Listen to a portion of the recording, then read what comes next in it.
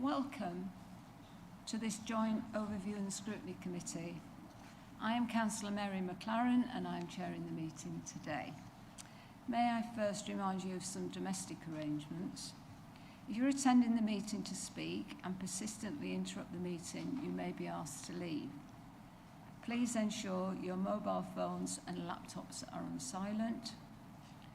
Additionally, we will be using e-voting for this meeting on the mod.gov app. The Council, members of the public and the press may record, film, photograph or broadcast this meeting when the public and the press are not lawfully excluded. If you are intending to do so, please inform the committee clerk. If you hear the fire alarm, leave the building immediately via a fire exit and make your way to the assembly point, which is Ipswich Town Football Ground. Follow the signs directing you to the fire exits at each end of the floor. Do not enter the atrium, which is the ground floor area and walkways. If you are in the atrium at the time of the alarm, follow the signs to the nearest fire exit. Use the stairs, not the lifts. Do not re-enter the building until told it is safe to do so.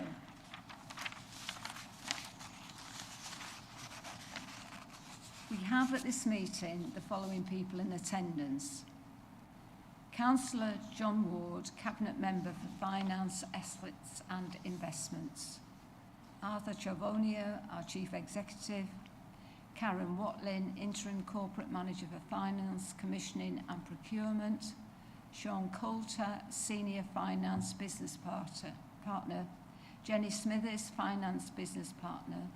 We have Mark Ems, Director for Operations, and we see we've got Tom Barker as well, Director for Planning. And are you covering for anybody, Tom? Just here to support the finance team as one of the directors. Okay, thank you. So Tom Barker's here to support the finance team. We have Deborah Fenton, Director for Housing, and Alicia Norman, Lead Officer for Overview and Scrutiny, who are joining us via Teams.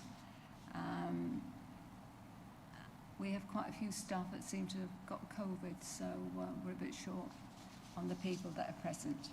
So can I move to the agenda, please? Apologies for absence and substitutions. None received, Chair. Item 2, to receive declarations of pecuniary, other registrable or non-registrable interests by members. No? Item 3, we're going to confirm the minutes of the Babergh meeting held on the 20th of November 2023. Can I ask the committee, are there any points regarding the accuracy of the minutes? Anybody? No? Could I have a proposer, please? Councillor Wyman, Councillor Smith has seconded that. The Governance Officer will now conduct the electronic vote. Thank you, Chair. That vote is now in progress.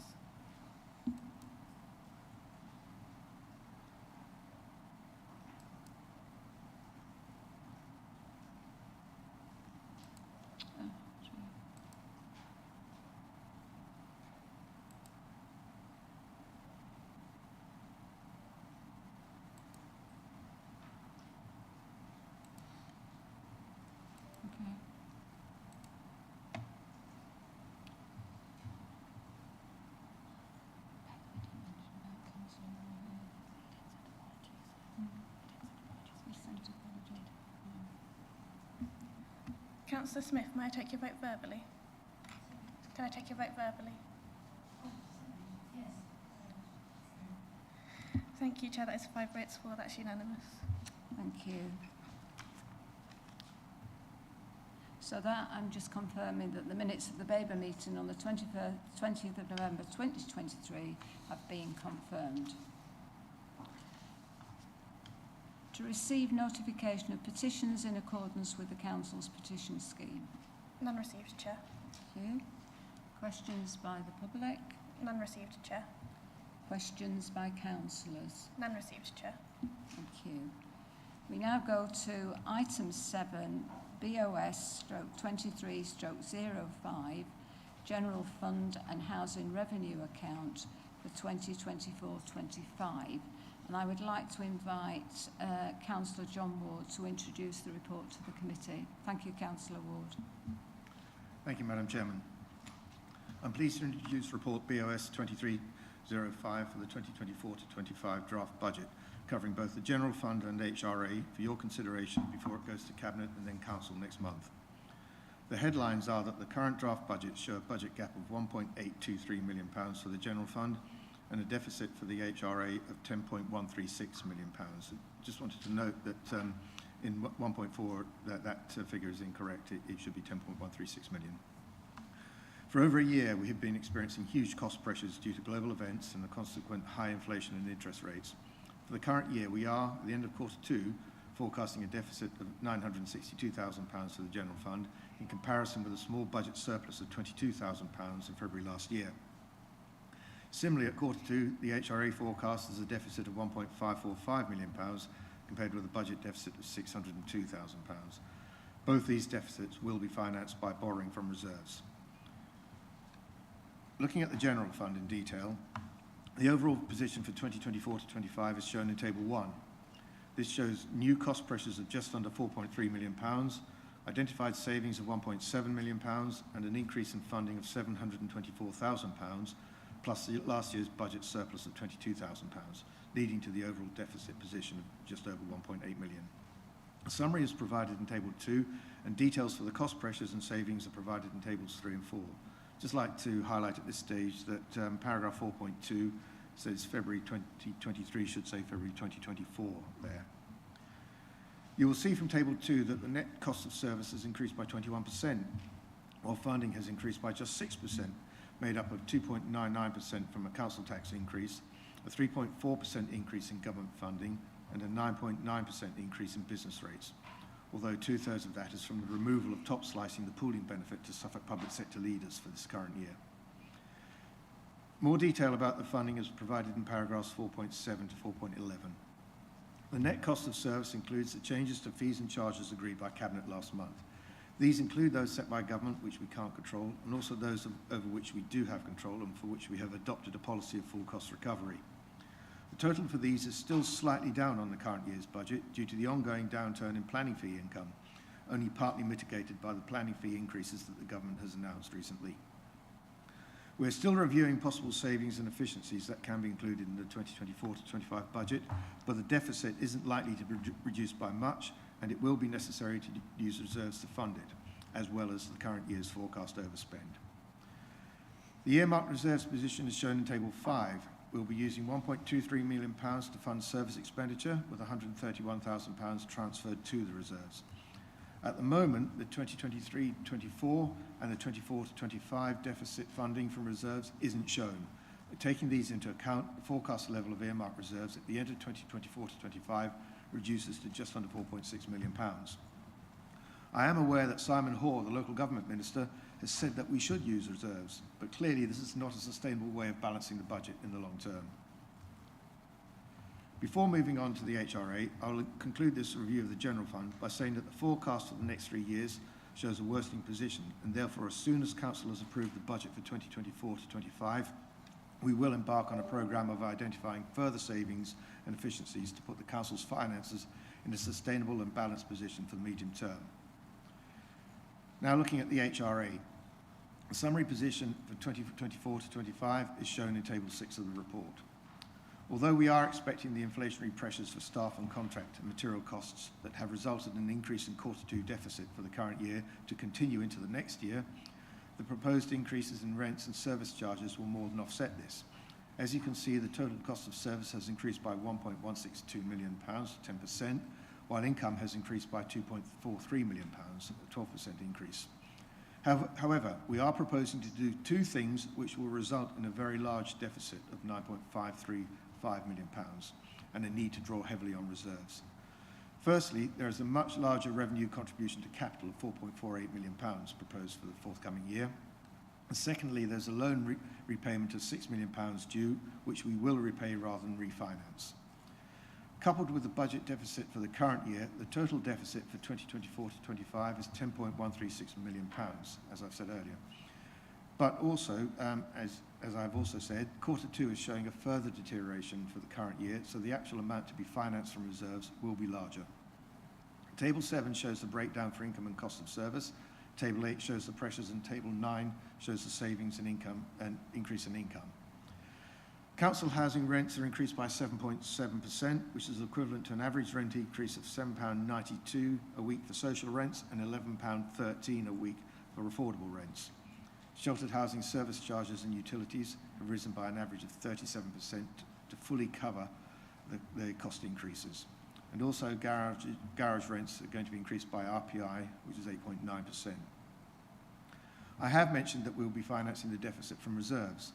The full reserve position is shown in Table 10. The total reserve reduction is actually £9.369 million, which is the £10.136 million budget deficit minus £767,000 of capital interest payments going into the strategic reserve. And that concludes my report, Madam Chairman. Can I check that Alicia and Deborah Fenton are online with us? Yes, and I can hear. Thank you. Alicia?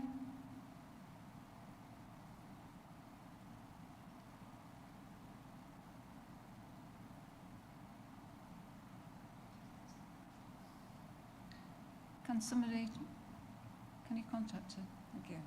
All right. Before I proceed, I am really sorry. I forgot to welcome Councillor Busby. A terrible oversight on my behalf, Councillor Busby, but nice to see you, and I understand you're here for the second item on our agenda. So thank you. Thank you. I'd like to say it's a pleasure to be at ONS this afternoon. You should be worried that I'm here. Probably that was why I forgot to introduce you, but lovely to see you. Members, you can now ask questions. Who's going to start the questions? Councillor Wyman. Thank you, Chairman. I assume that Councillor Wood would like to take questions in segments so we don't get too bogged down with too much detail. The first question really, which is, it will certainly help me, and I think it would help anyone who is watching online, is to try and lift the mist on business rates. We've got 4 lines in Table 2 which relate to business rates. We've got an overall contribution of 676,000 and a deficit of £93,000. Could you perhaps explain how the business rate issue works for the council in relation to what we collect and how much we get back from central government? I will pass over to some of my colleagues, but business rates calculation is very complicated. It starts off from a base position of 50% is taken by the government, 40% goes to the district council and 10% to the county council. However, that 40% is reduced quite considerably by various assessments that the government makes, so that we actually retain a far smaller amount of that. You'll see that in the baseline business rates line, which is £948,000. You've also got, because we pool the growth in business rates across the county, we have a share of that we retain, and also a share of that normally goes to Suffolk public sector leaders, but for the forthcoming year, that's not going to happen. So that's what those 2 pooling lines represent. The top slicing is that money that would have gone to Suffolk public sector leaders for the forthcoming year, but we're going to retain that.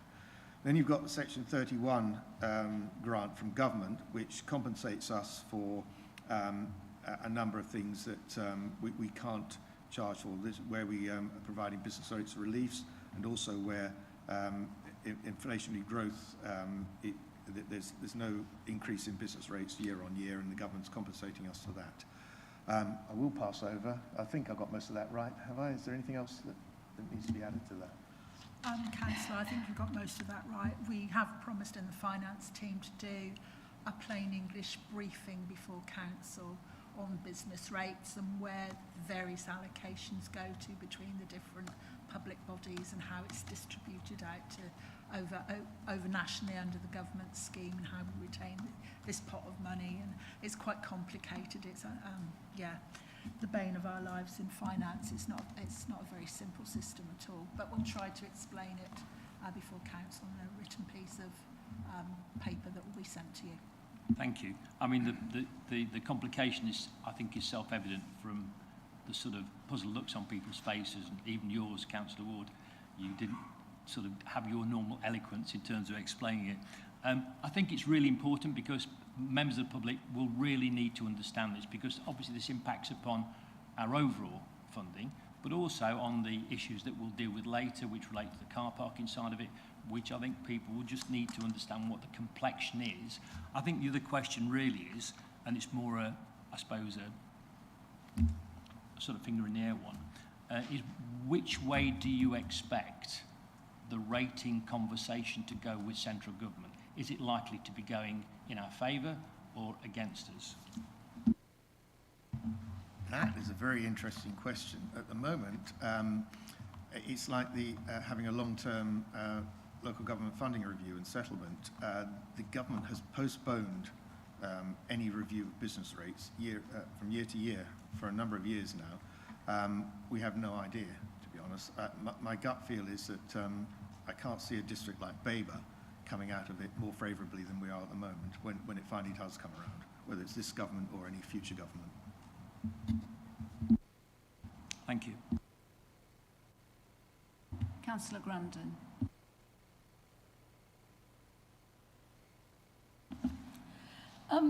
Please, can you explain the section regarding Suffolk? I don't quite understand it. It says interest receivable. Is that income from our investments? Please, could you explain that? Yes, that's the money that Suffolk pays to us from the rental income that they get from the properties.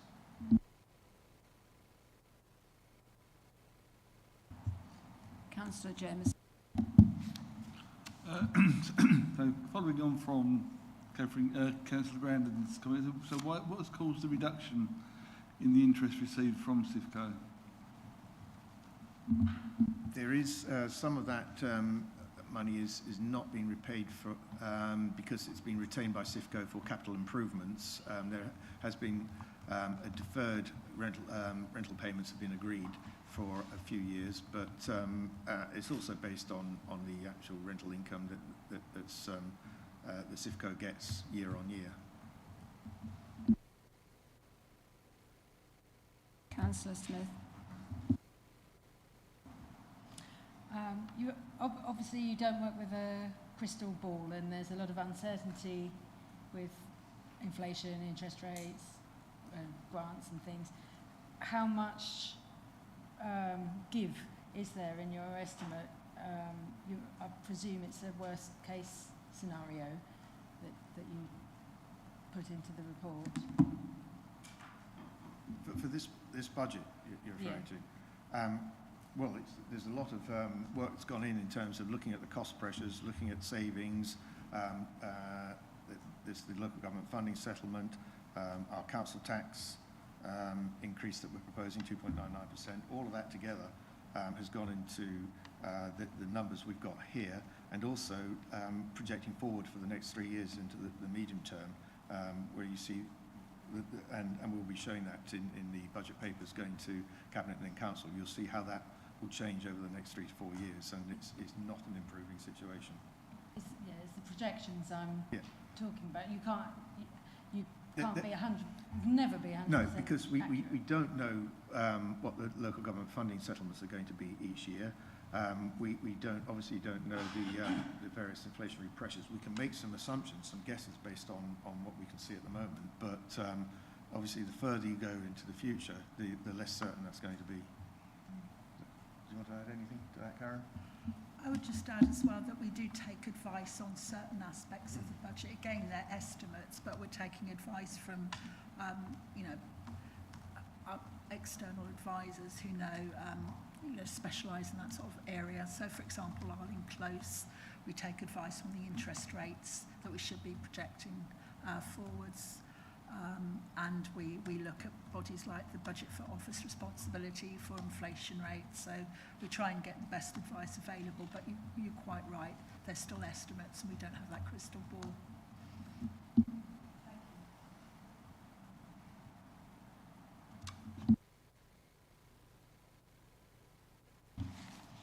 Councillor Busby, sorry. Yeah, sorry, can I just add to that? I think one thing that we haven't talked about, and there's no reason that we should, is that the fact we are entering a general election period. You would think that any additional funds that are available are going to be used perhaps on the individual person rather than things like local government or whatever. So I would be very suspicious of anything that was promised. I suspect we're going to get nothing. It's going to be worse than nothing possibly.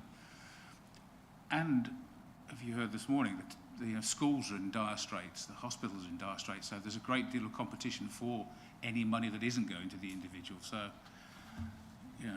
could it get any worse? I don't know. Hope not.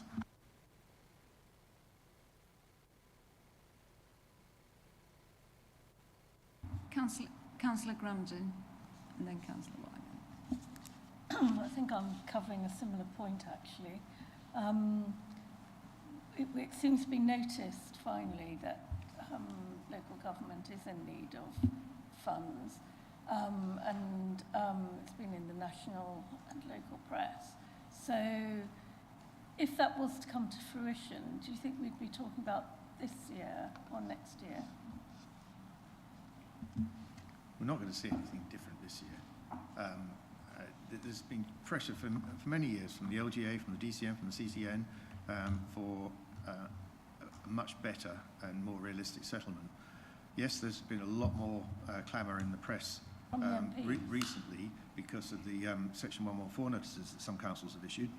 And only today, yes, we've got the MPs who've written requesting far more, a better settlement for local government because they are concerned about the impact on services that we deliver.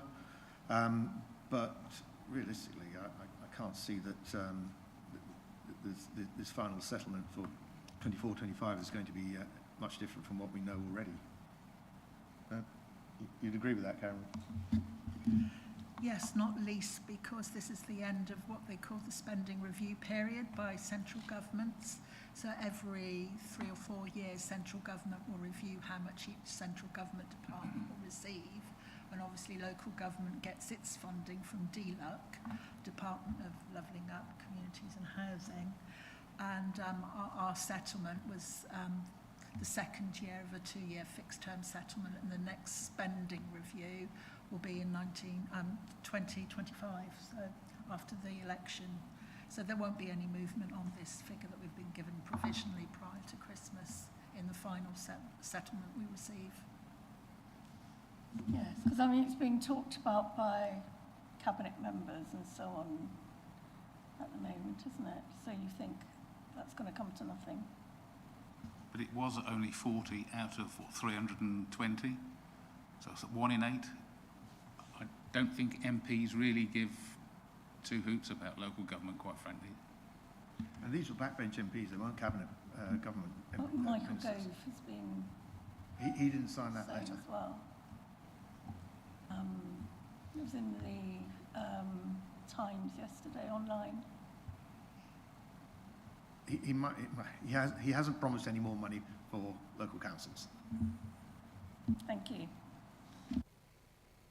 Can I just ask committee members to speak into your microphones, please? That would be really helpful. And for everybody at the end as well, the sound is not very good in this chamber when there's very few people. Councillor Wyman. A $10 million question. We have a legal requirement to deliver a balanced budget. Clearly, that's not something we're going to accomplish that easily this year, or as we go into it. We're going to have to call on reserves. The blue sky question really is, do you think we'll be able to deliver a balanced budget without having to dip into our reserves? And what strategic plan do we have in place to accomplish this? Well, we're going to have to soon because our reserves won't last more than another year or so. In terms of a strategic plan, as I said, as soon as this budget is approved by Council, we will be looking at what we can do to put the Council's finances on a stable footing going forward. So that means that obviously the Chief Executive Senior Leadership Team will we're looking at exactly how, what services we can deliver, what things are going to cost, and more importantly, how we're going to deliver services going forward. I don't know, Chief Executive, if you want to come in and give some of your thoughts, which I know you have. It was partially aimed at the Chief Executive, actually. It's very kind of you, Councillor. Just to give some reassurance, so we aren't, Councillor Ward's absolutely right, in terms of work will start in earnest beyond the budget, but as you can expect, we're not waiting till then. So those conversations have been happening for several months now in terms of what that might look like. Bluntly, I think it's very simple in terms of councils, because either we increase our income or we decrease our costs, or in reality, both. And we need to be in the both territory, hence, given the size of the challenge that we face. And you are in a people business, so your main cost is staffing. So we will need to be looking at what we don't do.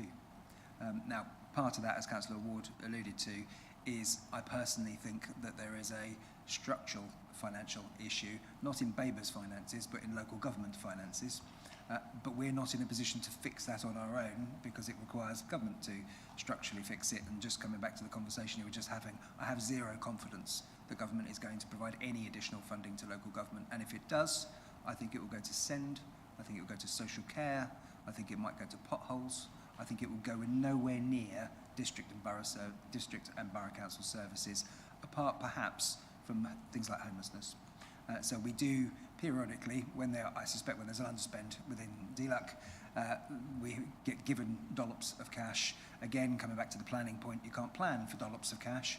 It's very nice to have, but it's very difficult to plan for. But specifically, that's around tackling homelessness, occasionally in relation to disabled facilities grants as well.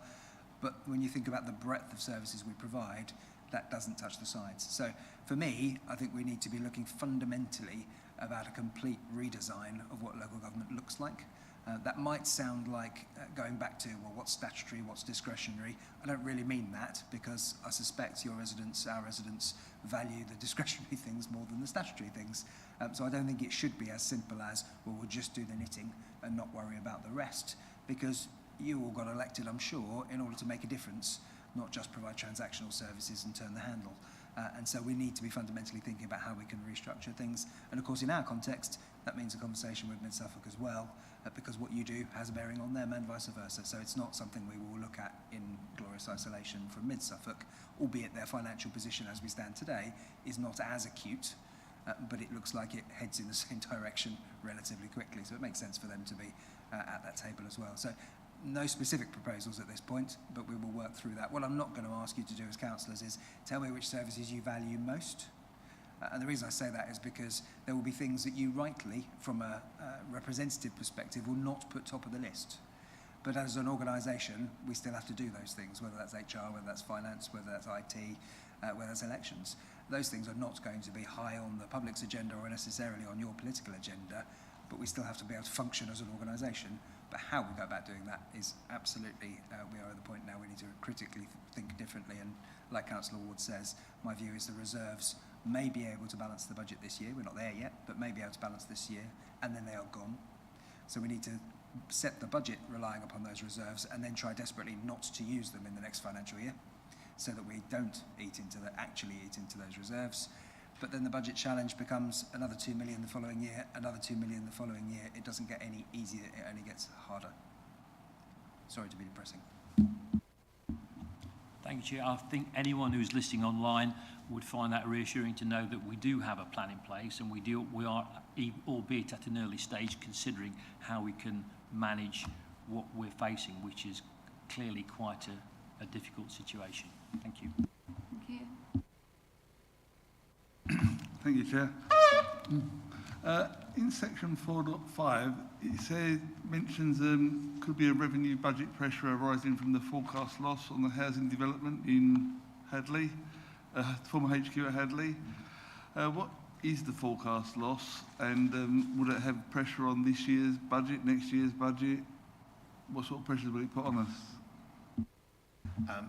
I can't give you a final number for that just yet. We're still working on that, and exactly when that's going to kick in. But there might be, when we come to look at the monitoring of the 2024-25 budget going through the year, leading to the outturn, we might see some pressures as a result of that in those documents as we go forward. Is that right? Do you think most of it, or some of it, will be in the next year, rather than going beyond that? Well, some of it, Councillor, might well be in this year's budget. You're quite right. We're still working with Arling Close to see what impact a potential loss on Babergh Growth Limited will have on the revenue budget, given the likelihood of government introducing new regulations determining the accounting and financing of lending to third-party organisations. So it's still work in progress, I think would be fair to say. So have we got a clue if we're talking in pounds, thousands or millions at all yet? I wouldn't like to give a number at this stage, but it's going to be significant. We need to get the project finished. Leaving the building derelict is not an option, so we just have to go through. There have been huge unexpected increases in costs for various reasons. Inflationary costs, obviously, in materials and labour, but also there's additional works due to things that have been found when things were exposed, asbestos, that sort of thing, issues with listed buildings and a number of other things. There's been all sorts of project-related costs there that were unanticipated, but we've got to just go through and complete the project. Tom? Just to flag alongside the costs, obviously one part of the equation is the ultimate sales values. So at some point you're going to get to somewhere where the work's complete, and we're forecasting those sales values at the moment, but tracking the value within the housing market is, very difficult to do. So again, that's another reason why setting down figures at this stage isn't necessarily particularly helpful, albeit it might give you a bit more kind of understanding of where things are, but ultimately those end sales values will have a significant impact on what the overall outturn of that project is, which could be better than anticipated or worse than anticipated, of course. Right, so just on that, so the forecast for next year, was it 2.2 million, I think, deficit at the moment? Is that for not 24, 25, 25, 26? Could be worse? Could be even worse than the year. Could be better, but it could be worse. Is that right? I'm not going to give any numbers, I'm afraid, Councillor Jameson. It's for the reasons that I and Tom have stated, it would be unfair to put any value on things at the moment. Councillor Jameson, I think in other arenas there's been a discussion about this, and I think we have to wait. Councillor Grandin. Thank you. Obviously, the former HQ was going to be an income-generating project for us. And now it's gone in the opposite direction, which is very concerning. I think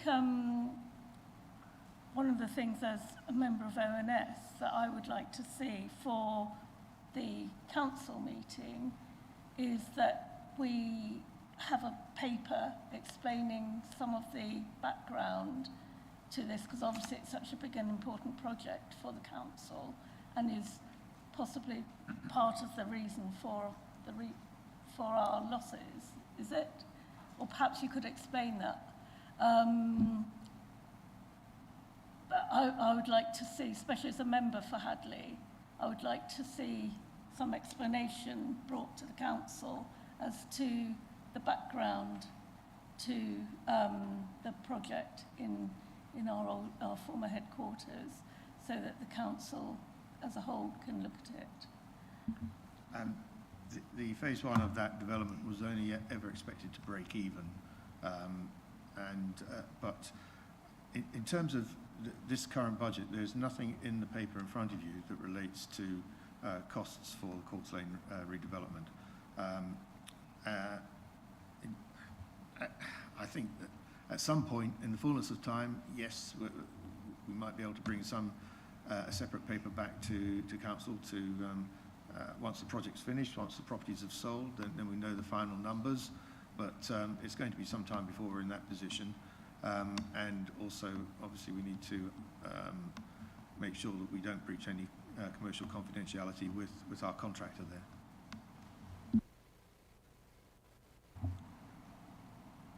Thank you.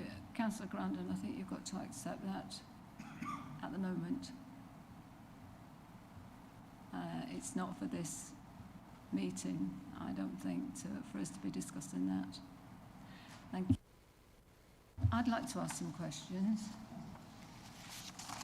As the chair, you get the last sort of end of it, don't you? On page 12, we see that the backlog of repairs has created an increase, obviously, in the expenditure. Well, I know we've recently changed subcontractors. Are we seeing a bigger increase because of that, the new contractors taking over the work? Sorry, you're talking about the HRA page? It was page 12, 3.3. Let me just... Or perhaps... Oh, and the HRA, yes, mainly CPI increases on a number of contracts, increasing costs. So yes, so if that's in the for the position in the current year, 23 to 24, and we looked at that, last looked at that in December when Cabinet looked at the Q2 position for that.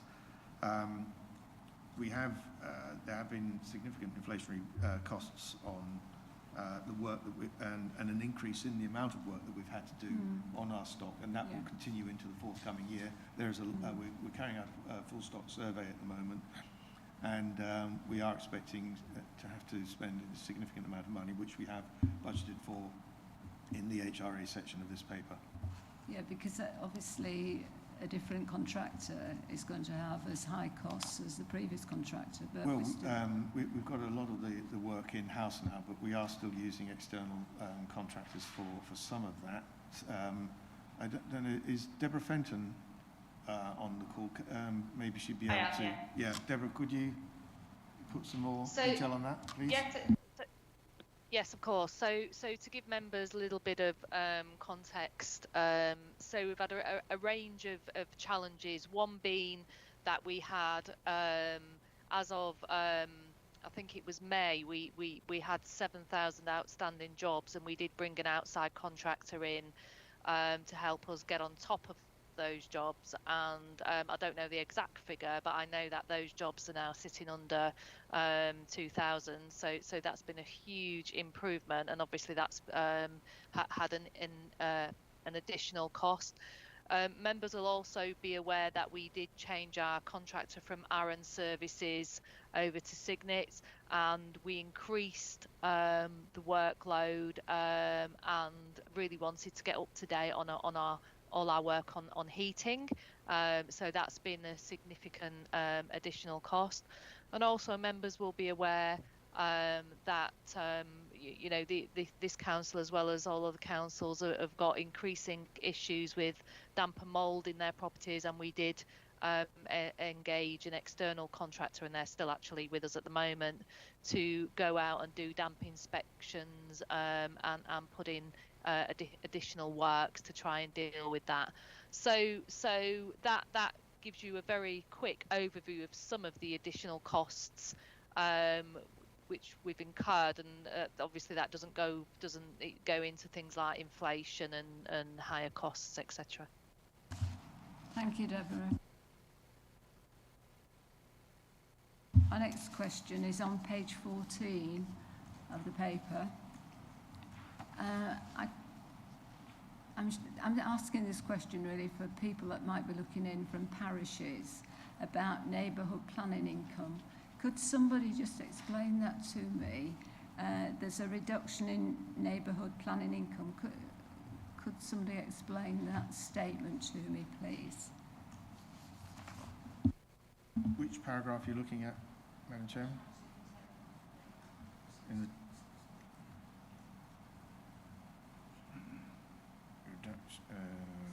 oh yes, it's about halfway down the table. Tom, are you able to comment on that? I'm able to go into it a little bit. So essentially, when an area is designated, an amount of grant comes into the council itself to help support the costs of neighbourhood plans. So that's things like referendum costs and advertising. So it's not the costs of the neighbourhood plan work that sit with the parish council, because they access grant funding through locality for specialist advice and other things like that. What this refers to is the grant that comes in from areas that are designated, and then when neighbourhood plans are made, so when they post-referendum, when they're adopted, but it's called made, then there's a further amount that comes through. So it's anticipating a reduction in that from what had previously been forecast. Thanks, Tom, that's helpful.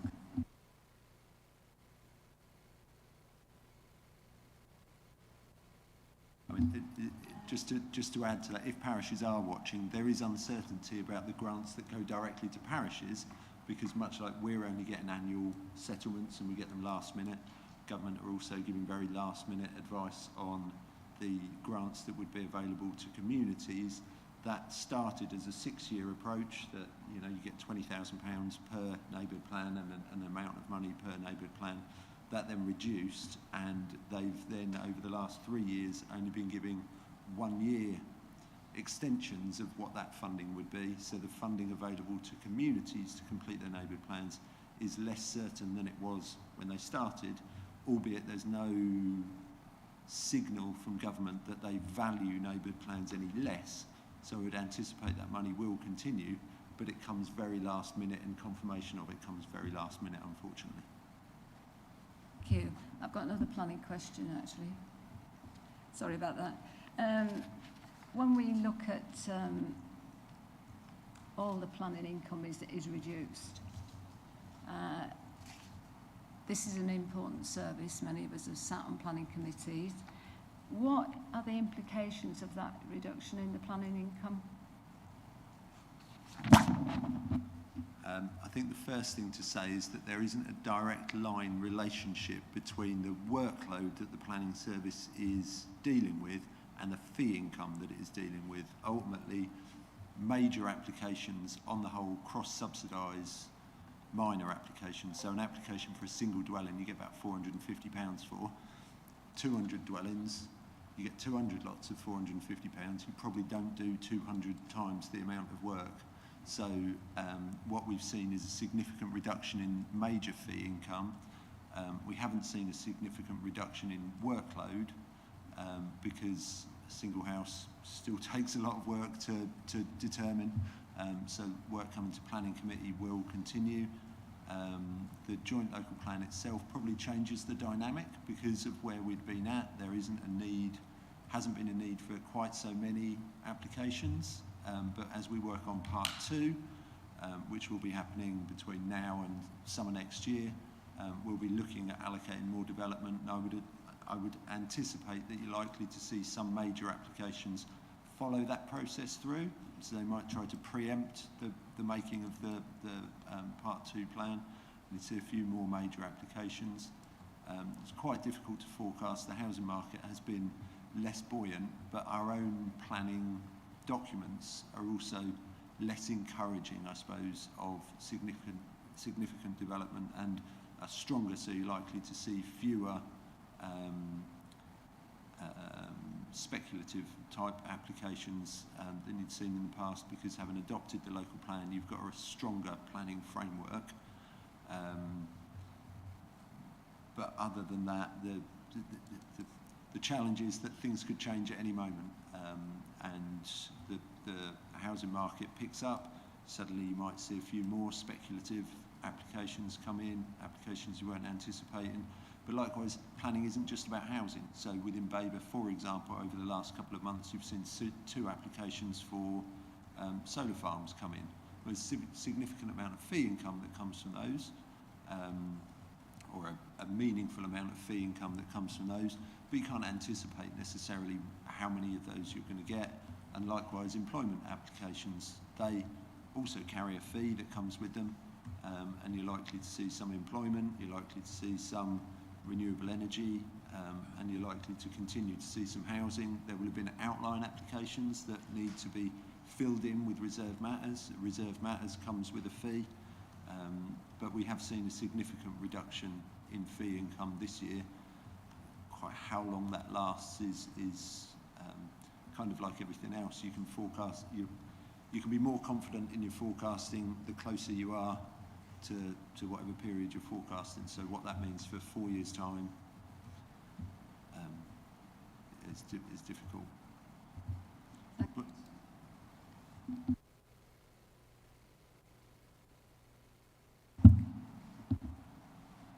Thank you, Madam Chair. Yes, I'd like to ask a couple of questions, please, regarding table 3. For example, what are HR and organisational development costs? And the other one is rent and rates on old HQ building. I presume that's moving around of money and paying ourselves sort of thing, is it? Please could you explain those two? I'll ask the Chief Executive to answer the HR and organisational development costs, but I think in terms of the old HQ building, there must be some residual business rates that we're responsible for while we're going through the redevelopment process. But yeah, I'm getting a nod. That's on kind that of one. paying ourselves then, is it? Like circular? No, that's not how it works. No, it isn't. Right, okay. Yep, thank you, Chair. Thank you, Councillor Ward. Yeah, in terms of the HR and organisational development costs, that's the money we spend investing in training and developing our staff. I'm sorry, could you That's the repeat? money we spend investing in training and developing our staff, so that's increased proportionately.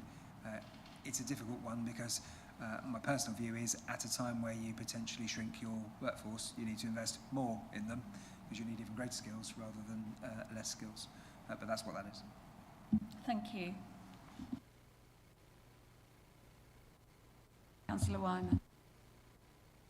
Thank you, Chair. May I steer us away into the HRA side, please? Quick question and a sort of semi-observation, really. Table 7, top of dwelling rents, 2.178 million. If we move on to that, equates to a 7.7% increase in our baseline figures for social housing and I assume affordable housing rents. The private sector generally across South Suffolk is plus 17% in the last 12 months. That's putting significant pressure on private rentals. The question I have really centres around an element of reassurance, I think, from, again, anyone who's listening, would be, as I understand it, the people who are most vulnerable will get support towards their increase of 7.7% in their social housing and affordable housing rentals. There has been some increase in the local housing allowance component of support from government, so they will benefit from that, but obviously there's only a limit on what that can provide. Again, Deborah, are you able to provide any more detail on that? I am, yeah. Members. So we do have a couple of financial inclusion officers in our housing solutions team, and they work with tenants and actually residents across both districts. So they will be able to offer support for those people who are struggling. In addition to that, I need to also say that those increases will be covered by housing benefit for those people, or housing payment if they're on universal credit for those people who've got that entitlement. Thank you, Chair. That's reassuring. Thank you. Thank you, Deborah. Jameson. On the HRA account, I don't think I've seen any long-term forecasts on that where we have on the general fund. Is there any long-term position for the HRA, or have I missed something? The HRA 30-year business plan is being reviewed, and there'll be an update on that coming through soon. Again, Deborah, are you able to provide any more detail on that and the timetable for that, please? I am, yes. There will be an update to the HRA business plan going to full council in, I think it's March, and that will provide a 30-year position for members.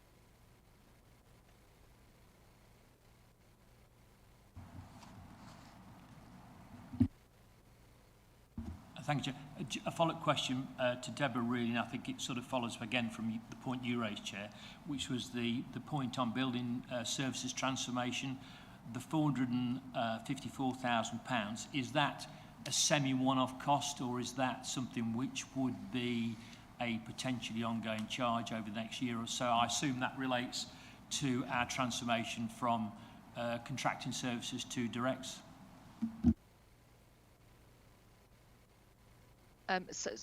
Sorry, members. Jenny, can I just Jenny has just messaged me. That is the one-off.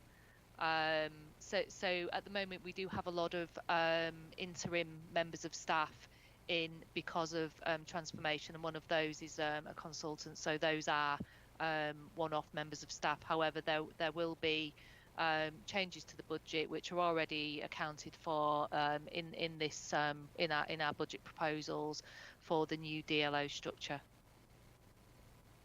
Thank you, Chair. Thank you. Any more questions?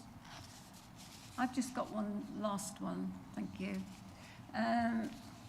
On page 13 about the service expenditure, which talks about supplies and services, and this is quite high, an increase of 493,000.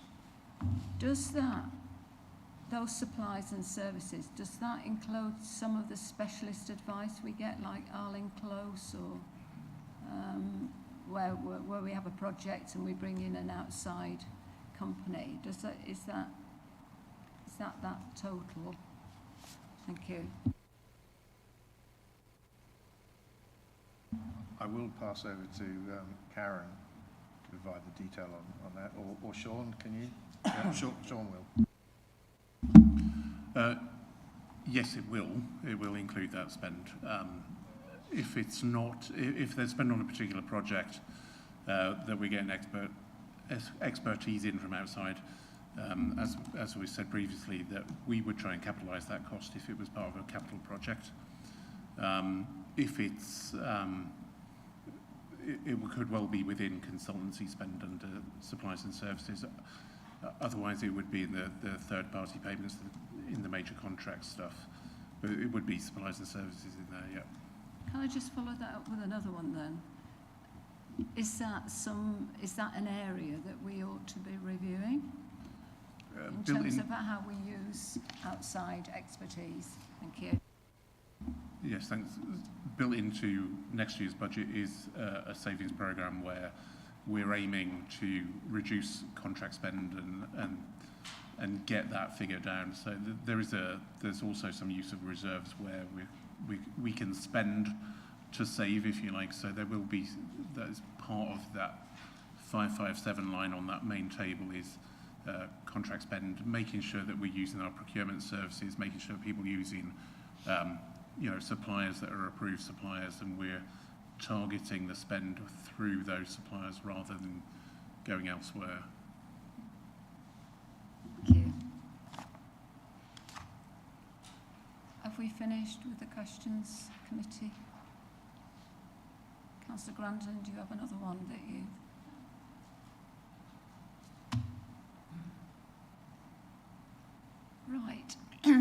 First of all, I'd like to thank everybody for the response. That was, we jumped about a bit on the paper, but thank you very much for that. As there's no further questions, I will open it up for debate. Who would like to start the debate? Councillor Wyman. Thank you, Chair. I can see what a really tough job it must be to try and balance all our expectations in terms of services we want to deliver, the costs of those services, and the current difficulties with funding generally.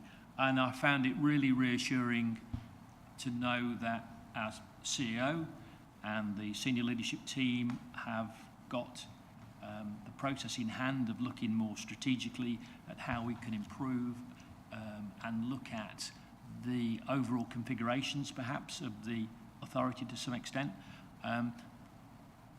It's easy, not easy, I think it's reasonably clear that we have duplications of cost in certain areas, and those cost duplications are things that we possibly could have afforded 5 or even more years ago. Those costs, based on what you've all said this morning, which is the short-term funding of local government, clearly are things we can't continue to afford. And we need to look really closely and scrutinise how we go forward in terms of the democratic services and all the services that we offer. And at the same time, in the back of our minds, we still need to remember that we represent communities that have less money to spend, there's pressures, and we need to be mindful of those pressures and make sure that we manage them to the best of our ability. I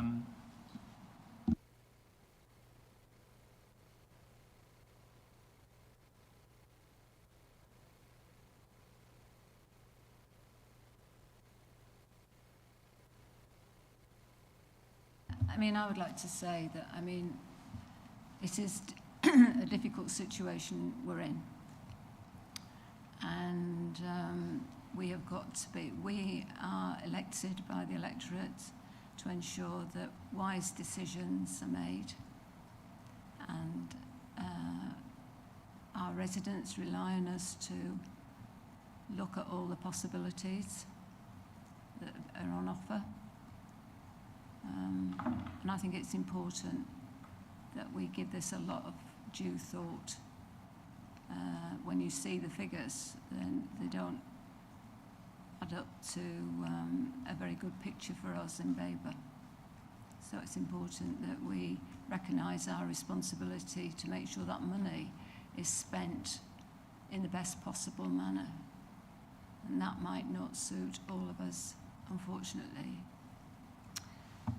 So, members of the committee, any more comments on the paper? Are there any? Oh, sorry, Councillor Busby. I think it's important that we realise that times are tough, but we get a very small percentage of the overall council tax. It's what, 9%, 10%, which amounts to a few pounds per week, perhaps. We provide an unbelievable level of service on a number of fronts for that money. The residents should be proud of what Babergh does. They certainly couldn't get the services from anybody else for anywhere near the price that we charge them. So I just think that it is tough, and we are going to fight, and we will fight. We have to fight to make sure we get a balanced budget. But we should also pat ourselves on the back occasionally and say that we do a good job. And it should be recognised.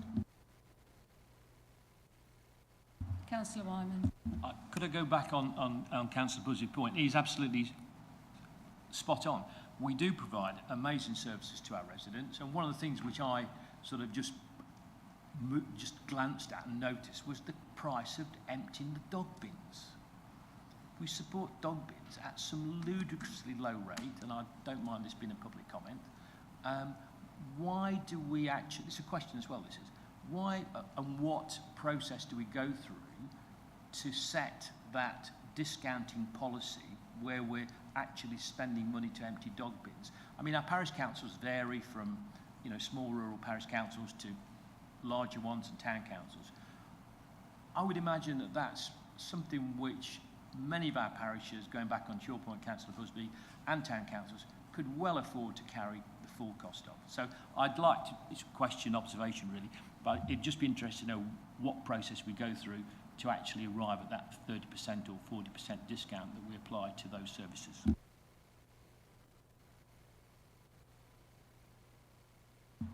Councillor Ward, would you like to respond Yeah, to that? I mean, in terms of the dog bins, I'm just looking at the, we're increasing from £46.53 to £69. It's still not quite full cost recovery, but the dog and litter bins are the only two services where I believe, from memory, where we are not yet going to hit that full cost recovery, simply because it would have been a huge increase in 1 year. So over the next 2 to 3 years, we will get up to full cost recovery for that. But you're right. We have, in the past, not been charging nearly enough for dog and litter bin emptying, and we are getting there. Even now, the proposal, that £69 for dog bins and litter bins for the forthcoming year is still good value for money. It's just over £1 a week. It's certainly not a service I'd like to pick up, Councillor Wood, I know that. Sorry, the final point really was, I sometimes think, and this is just a general point in relation to cost and efficiencies, but our parish councils have great infrastructures, and there are many ways and means we can deploy to help save money for the district by deploying services into parishes. And there are many parish councils that are quite willing to do those services. And if I may say so, we'll probably do it better than we can. And that gives us lots of opportunity to look at the way we devolve our services. And as you know, some parish councils clearly may not want to take on that responsibility, but there are some quite significant parish and town councils that can take on those responsibilities. And I think there's certainly some mileage to be considered in relation to deployment or the offer of deployment of those services into parish and town councils. I totally agree with that, and we will be looking at that more and more in the years to come. Thank you, Councillor Wyman. Thank you, Councillor Ward. Oh. So can I say, whatever way we look at it, with £1.8 million deficit, there is going to be some kind of effect on services, even if it comes down just to cutting staff.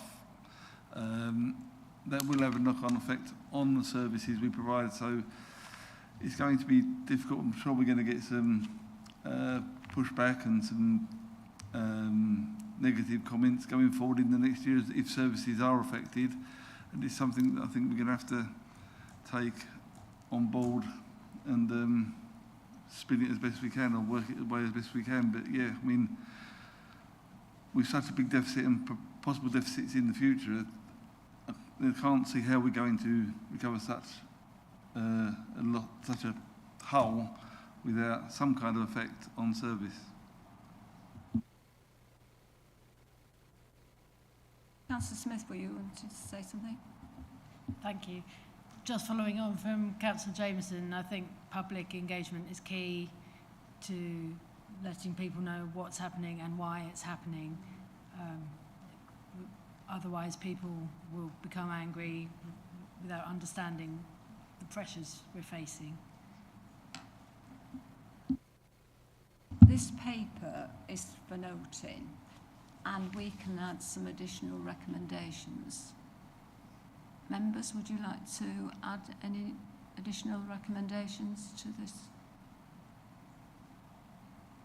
What about the one you suggested, Councillor Smith?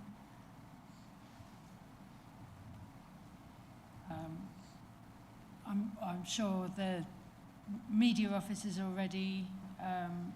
you were talking about engagement with the public, weren't you? Yes, I'm thinking making sure a press release reflects the pressures that we're under. Okay. So, Beth, are you coming up with something? Beth's just doing that. And then you can read it back. Any more recommendations? Councillor Grandon, would you like to make some recommendations? You're thinking about it. Councillor Wyman? Chairman, I'd certainly like to, it sounds like Councillor Ward's already on the case in relation to deployment of services, but I certainly think that's something we should really look closely at and scrutinise in terms of what we can do to improve our position, both in terms of improving the quality of our service, but at the same time saving the district money. Would you like to put that into some sort of... Beth, have you finished Councillor Smith, or would you like to read it back? So what I've written down is that engagement with the public be encouraged to outline budget pressures on the council. Councillor Smith, was there any practical engagement with the public? Is a wide remit. Is there something more specific you would like to suggest?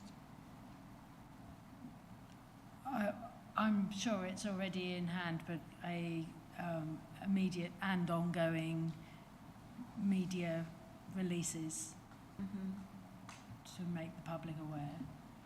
Or some actual visits by perhaps officers, or perhaps officers could engage with parish councils. Right. Is that acceptable, monitoring officer? I'm not having that responsibility. It is, but if I may politely push back, you all attend your parish and town council meetings already. You're already there. We've got 180 across the 2 districts. We've just been talking about the lack of officer resource to deliver the services we need to deliver. I think this would be an extra burden rather than trying to save money.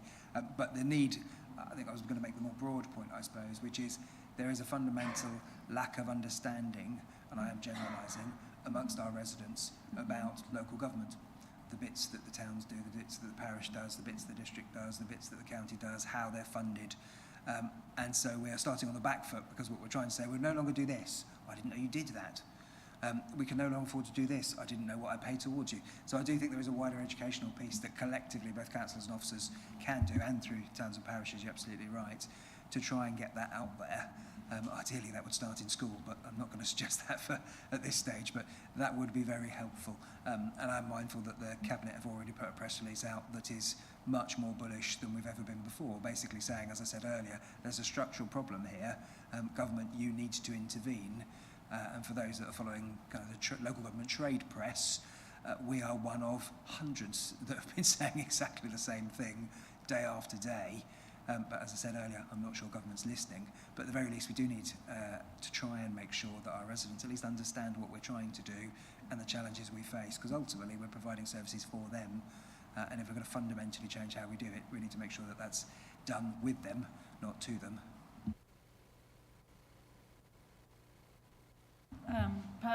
Perhaps there could be a meeting with parish councils invited to speak to the chief executive, ask questions, be informed. Absolutely. We have regular town and parish liaison meetings, so I'm more than happy to do it through one of those. Yeah, precisely that. Yes, thank you, Arthur. I mean, I think having had a very successful, the last parish liaison meeting we had was a very successful one. Perhaps we could develop that idea. Can you just reread then, Beth, what is written? So what I've got written down is that engagement with the public be encouraged to outline budget pressures on the council with ongoing media releases. Through the medium of parish liaison meetings, does that sound better? Yeah, okay, amend it to that.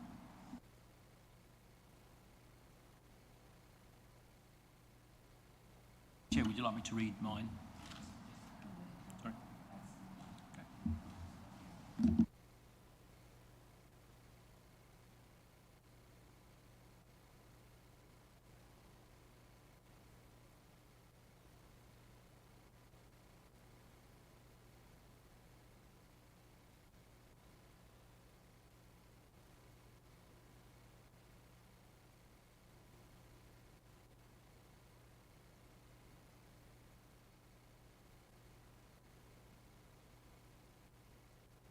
Thank you, Chair. Yes, I would.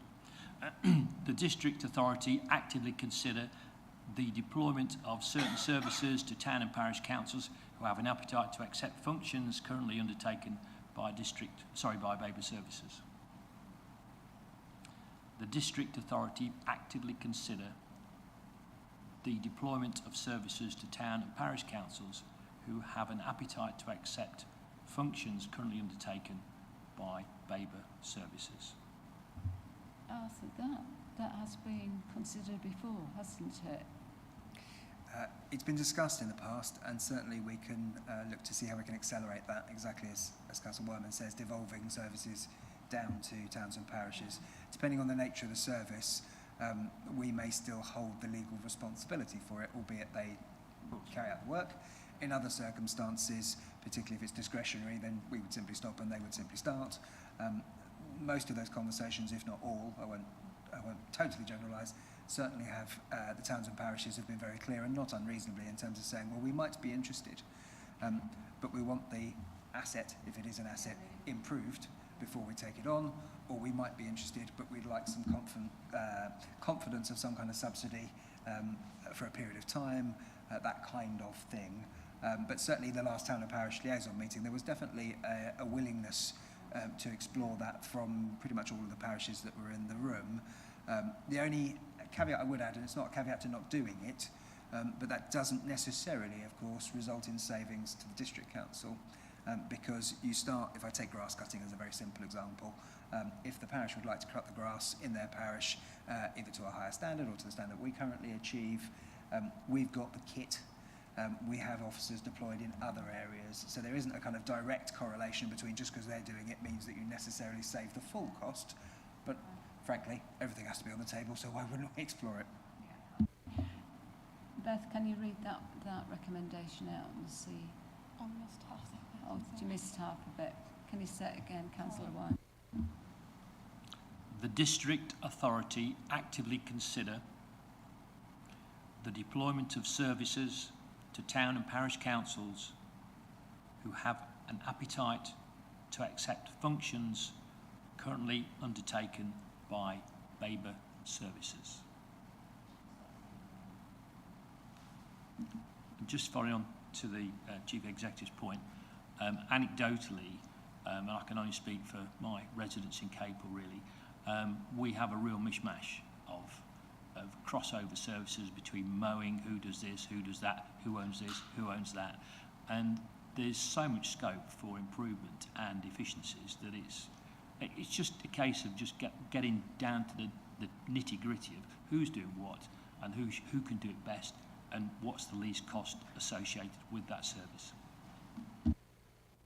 Councillor Grandin, you had a recommendation? Thank you. Yeah, it was just really in response to what our Chief Executive was saying a bit earlier, in as much as, in my view, the parish and town councils do have understanding of what we do, but the public do not, and I would completely agree with our Chief Executive. They don't know which council does what unless they have a personal experience of a service. They think that we do nothing apart from the bins.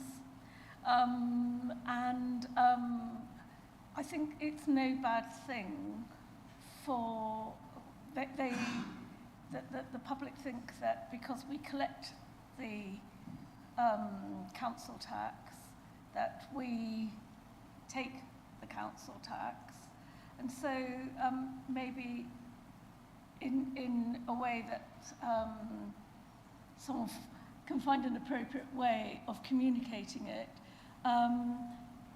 it would be no bad thing to explain to the public rather than parish and town councils what the district council does for them, because if you look at this long list that we've been seeing here today, I think most people would be surprised. I can think of some nice sort of PR type ideas, but then of course there's costs involved in that, so you know, it may or may not be appropriate, but you know, I think when people see their council tax rise and so on, they wonder what they're getting for that. seeing some of these lists of what we do as a council will make people realise what we do. So, you know, there are certain things that you know, would be nice if there's the opportunity at not too much costs for comms to communicate to the residents about our activities. So I just wanted to make that statement really, and maybe if, you know, if it's possible to do an action depending on activity levels and programs, you know, and costs. I mean, the cost and resources are a big factor in that, aren't they, Arthur? They are up to a point, yes. I mean, obviously we've increased our presence online, in particular things like Instagram, Facebook, trying to make sure that we're reaching out to as many residents as possible to access that kind of material. Appreciate that not every resident will be on those platforms, but certainly increased the type of communication that we put out so that it's less about the service, it's more human-related stories, so that you would, for example, the most recent one that springs to mind, that we plant trees. You wouldn't necessarily know that we plant trees. As you say, you'd know that we're the ones who send you your bill, and you'd know that we're the ones that collect your bins, but beyond that you start to get a bit hazy. Certainly other authorities have gone down the route of regular newsletters, so hard copy newsletters sent to every household. That clearly starts to incur a proper cost, shall we say, and also quite a lot of resource, because you can imagine the level of editing and scrutiny that goes into those words to make sure that the right communication goes out rather than just sending out anything. But it is proven to work, so that there is a balance there in terms of, broadly speaking, those authorities that send out that kind of communication, their residents believe that they provide better value for money. Even though they're doing exactly the same services and spending more money to tell them, the perception is that they provide better value for money. So I think we should, again, as I said earlier, we're starting from quite a low base in terms of people's awareness, and I'm generalising. I think that would be an important thing to do. Yes. While I've got the floor, Chair. Day in the life of type articles and... Absolutely. There was just one thing I was going to add into the into awareness, not to the debate or questions, but just to highlight that I don't think has come up thus far, is that alongside the strains that we've talked about in terms of our budgets, the pressures, etc., what we will also experience are the impacts of other public sector services withdrawing their services in order to balance their books. So purely as one example, we know that there is a direct correlation between if the county council, and I say if, I think it's highly likely, but if the county council withdraw their support for housing related support, so this is the wraparound support that goes around certain individuals to make sure they can stay in their tenancies, you can imagine that if you remove that support, more of those tenancies fail. If those tenancies fail, that's our responsibility, because we have the statutory responsibility for homelessness. So it's not just the budget pressures that we directly face as the district council, it's also trying to predict and understand the additional demands that will come on to some of our services as everybody tightens their belts. Thank you, Arthur.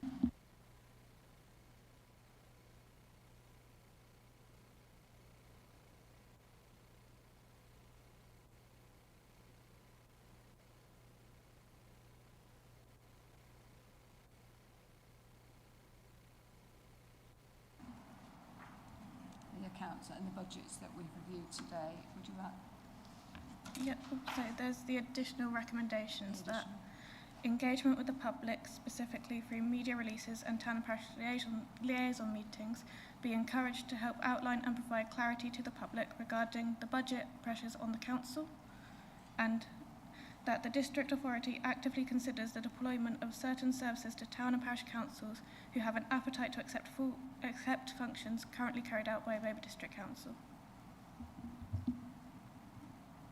Are members of the committee happy with that? Then we can now go to the vote. So can I have a proposer, please, for those recommendations? Councillor Jamieson, seconder, Councillor Wyman. Thank you, Chair. That vote is now in progress. Please, can you vote?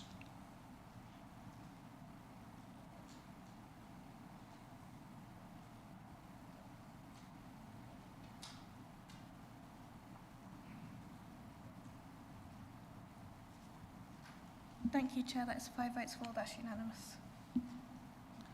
Thank you. That's the end of our first item, but I would like to thank on behalf of the committee all the officers and councillors Ward and Busby who have come today and participated in our session, and we just want to say thank you. There is a lot of work that goes into the preparation of our budgets, and we appreciate all the work that's been done by all the officers involved in finance and in all the other things that have produced this report today. So thank you very much. Committee, I think we need to take 10 minutes. Are you happy with that? We'll take a 10 minutes break. Thank you.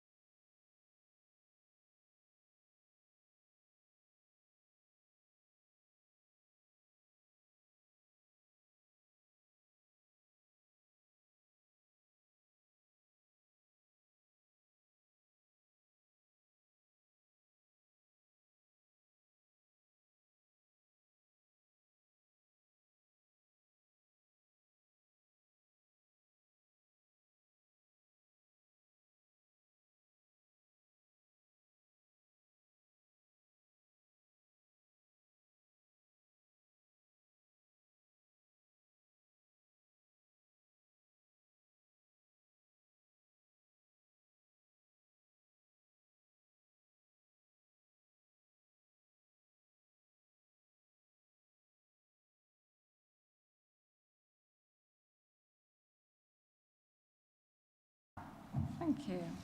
I'm now going to continue with the agenda. And, oh, did I have to, sorry, yes, do you want, count me in? We're already in, thank you.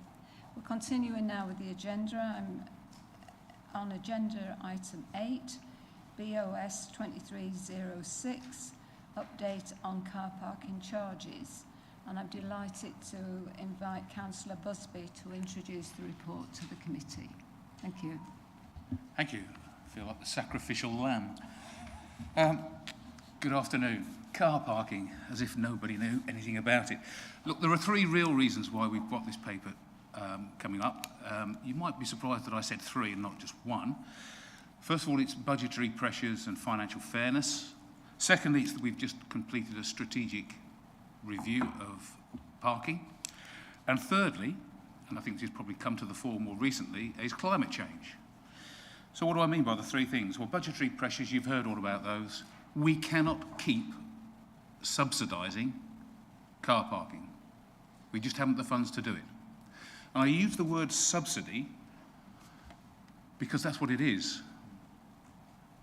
Where I am wrong is saying that it's Babergh that's subsidising car parking. It isn't. It's the residents of Babergh that are subsidising car parking. Those people that don't have a car, those people that don't use the car parks, those people in the east that are having to pay for car parking elsewhere, they are subsidising the car parking in Hadley, Lavenham and Sudbury. We have a policy where discretionary items, i.e. things that you don't have to have but you can choose to use, should be paid for by the user. And car parking is the one that's not. Why? The people in the east don't ask people in Sudbury to pay for their brown bins, so why should the reverse happen on car parking? If you use a service, you pay for it. The strategic review was completed at the end of last year. A very in-depth review. There were a lot of recommendations that came from it, a number of issues that came from it, and in fact, car parking charges came out on the side of we should be charging for them. The one that I think needs to come in is the climate change. We're on, what is it, Storm 7, Storm 8 of the season so far. We've seen lots of flooding. And I know this, people will say, well, introducing car parking charges isn't going to make a blind bit of difference to climate change. But we have to do things that we can do. We have targets for zero emissions. We have targets for biodiversity. Traffic, emissions from cars and vehicles, is one of the key things that affects that. And it's one thing that we can do. And we do know that Sudbury does suffer from congestion. It suffers from people driving from one car park to another. It does suffer from bad air quality. So we should be looking at introducing measures which cut down the number of unnecessary car journeys. And by having car parking charges, or increasing car parking charges, or changing the structure, means that we can look at other things. We can do things that are positive. We can improve the quality of the car parks, improve the quality of the signage. We can make the spaces slightly bigger. We can have solar panels on some of the car parks. We can have increased electric vehicle charging. We could introduce something which a lot of people would, I think, benefit from, which are things like hopper buses.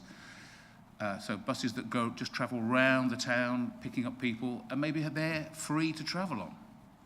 We can't afford those kind of things at the moment.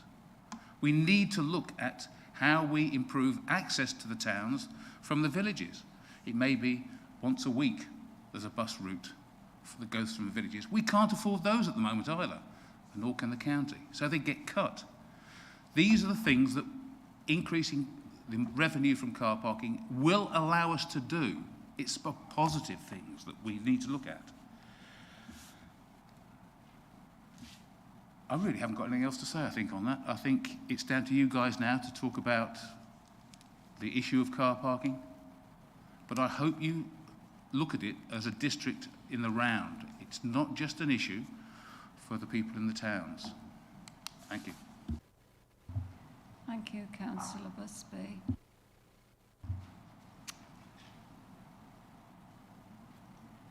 The paper you have in front of you is for noting, we know that, but it is about what was agreed at Cabinet. Most of it is about what was agreed at Cabinet last week.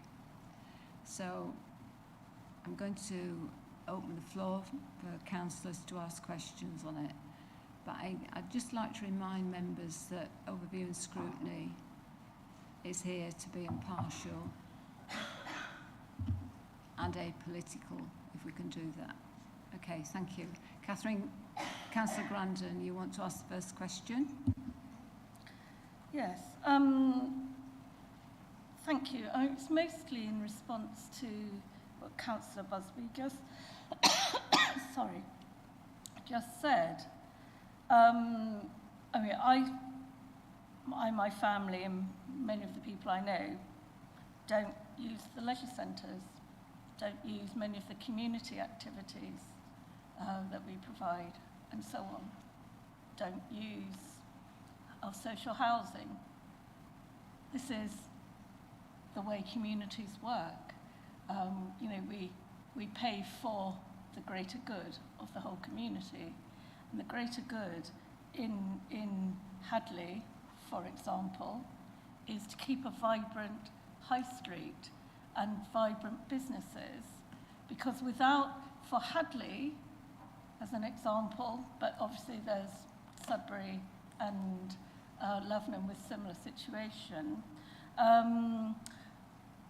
without a vibrant high street, those empty shops, because we forget, they are small individual shops that a small change can make the difference between them being viable or not. This is for questions. Can you get to the question you would like to ask? So, in that case, I'll move on to the climate change, your climate change comments. It's really got nothing to do with climate change because in our areas, we haven't got alternatives. If we lived in London or Manchester, for example, we'd have the underground, we'd have very frequent buses, and we'd have alternative... Councillor Grandon, but can you ask a question? What alternative transport are we going to be providing that is going to be worth people using when they come from other parts of our county?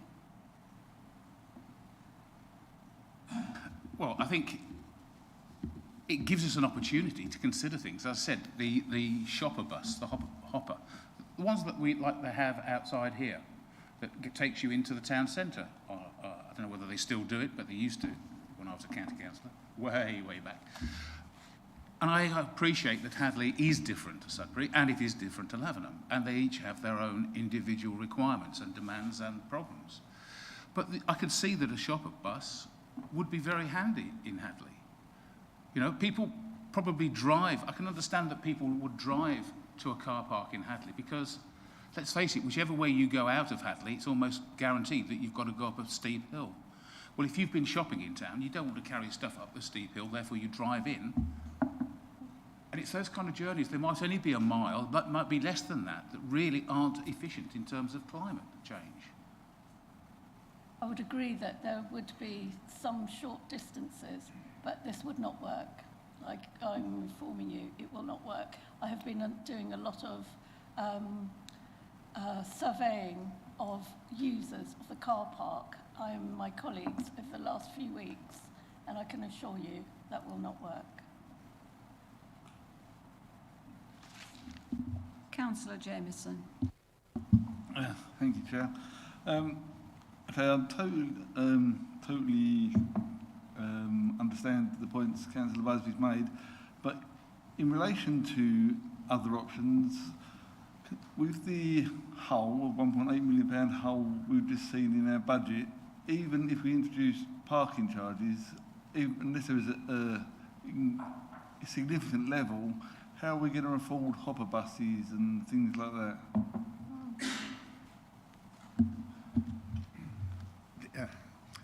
I take your point, Councillor Jameson. We need to work out the level of tariffs to put in place in the relevant locations and work out what we can expect to get in terms of income over the next few years. But it's only one measure of several that we're going to have to do, and the Chief Executive talked about different ways of working, different ways of doing things.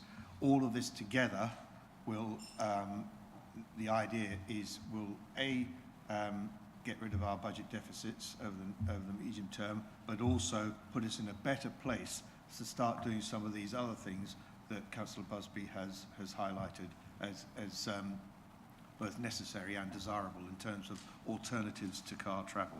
We do want to, the whole point behind this, yes, I'll fully admit, is revenue generation, income generation. We have to do that, but also changing behaviour. We do want to change people's behaviour simply because there are unnecessary car journeys taking place. We know, as Councillor Busby has said, that people are driving from one car park to another. They get a 3-hour free period in one car park, they'll drive to another for another 3-hour free period. We want to change these behaviours. We want to reduce the amount of traffic going through the centre of Sudbury, particularly because it is very congested a lot of the time. So it's one of many measures, and we want to. We have aspirations to do more than just use the income to balance the budget. Mark. Yeah, sorry, just to add one point in there to Councillor Ward there.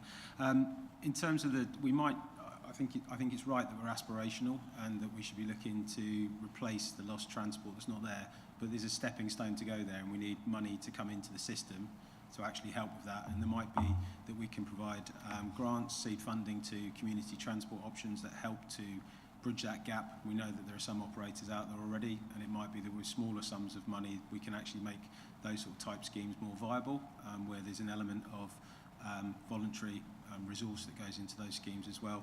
And there are some smaller improvements we can also make around bicycles, e-bikes, different charges for that, different ability for people to be able to securely drop those, leave their bikes in town, and it's steps in the right direction. But when the system's running at such a deficit and the overall system's running at a big potential deficit, we don't actually stand a chance of getting in that direction. Councillor Wyman, please. Thank you, Chair. Just a quick observation to start with. I mean, we're in a situation here where we are looking and supporting the conversation that goes back to Cabinet and ultimately to Council. Interesting points raised by my colleagues on overview scrutiny, Councillor Grandin. What economic impact has been evidenced by either Hadley or Sudbury Town Council in relation to what the financial downside might be for their high street? That's question one. The second question relates to the number of councils, and I take into point now, say, Mid-Suffolk, West Suffolk, East Suffolk and Ipswich Borough Council. How many of those councils don't charge for their car parking? On the first one, I don't believe that the town councils in either Sudbury or Hadley, either of them have done any proper assessment on a potential economic impact. Evidence around the country is anecdotal on this. There have been no really detailed surveys. All we can go by is what we see in other towns, not just in Suffolk, but elsewhere. The vast majority of small market towns have car parking charges of one form or another. You compare, for instance, just locally, compare Sudbury with Stowmarket. Looking at vacancy rates, the average vacancy rate for the UK high street vacancy rate is 11.2%. These are October 2023 numbers. The average vacancy rate for the East of England is 12.5%, which is quite high. For Sudbury, it's 7.8%. Stowmarket is 7.3%. slightly less than Sudbury. Stowmarket has the parking charges. Yeah, that is one example where it clearly has no impact. But when we look elsewhere in Suffolk, you go around the county and pretty much everywhere there are charges of one form or another, whether it's large towns like obviously Lowestoft or Bury-St Edmunds, or whether you go to the smaller towns like Halesworth, Saxmundham, places like that. They've all got car parking charges of one form or another. I think my recollection, I did do investigation of this not so long ago. I know that Halesworth, I think, or is it Saxmundham, one or the other, there's only one car park in one of those towns where parking is free, and that's the one that car parks are run by the town council. Those car parks that are run by East Suffolk Council carry a charge. Those towns have not been impacted. You can hardly say that Woodbridge is not thriving. Southwold is not thriving. Halesworth, that's doing fine. It's a very small town, but it's doing fine. Beccles, that's doing very well as well. That's about the same size as Sudbury, maybe a bit bigger. So we don't see this fear materializing in practice. It just isn't there. It is purely a fear. And the reality is fundamentally different. People will still drive into the towns from the countryside, from the neighbouring villages to shop locally. It all depends on the offer. Sudbury's got a great offer. Lots of individual shops there. Waterstones have just opened up there. Hadley, you've got the Adnams store. You've got a great butcher's. You've got a great delicatessen. People will still go for those, drive in for those, even if they have to pay £1 to park. So the economic impact argument, quite honestly, is fundamentally flawed. There is no evidence for it. Sorry, just to continue that, in fact, there's as much evidence, anecdotal or otherwise, to show that actually you increase footfall by taking traffic out of the town centres, by increasing the amount of pedestrianisation, etc. People respond positively if traffic is removed. It makes them feel comfortable. It makes them feel as though they're in a place they want to be. They will spend longer there. They will be more relaxed. They will spend more money. It's not a case of rushing in, grabbing what you want, and rushing out again. That's not the kind of person that or customer that we want. And look, times have changed. The high streets aren't the high streets of old. We talked about retail parks. We've talked about online shopping. People shop in different ways, and we have to get used to that. We have to make the high streets more of an attraction, and possibly we could do that if we have some funds to enable us to do that. And I see that particularly in Hadley. There is a great opportunity in Hadley to offer other things perhaps on the high street, but we can't do it without the funds to do it. Follow-up question, Chair, if I may, on that point. So, evidentially, there's nothing that we are aware of that would give that level of financial impact to the high street, and that's sort of more of a yes or no answer to you, Councillor Ward. And the second point I'd just like to raise was I sat through Cabinet a week or so ago, and Councillor Clover raised a point in relation to a Deloitte survey, and I just remember the points he raised, which I thought was quite interesting, which was the two primary points that was in the Deloitte report were convenience and accessibility. So do you think we're sort of confusing cost with convenience and accessibility? On your first point, yes, I agree. There's no evidence to show that there is an economic impact. In terms of cost versus convenience and accessibility, well, yeah, take Hadley for an example. It is easy to get to the town. The car parks are conveniently located. The high street is very accessible, and a modest cost is not going to have any impact on that convenience and accessibility. Thank you, Councillor. Thank you, Chair.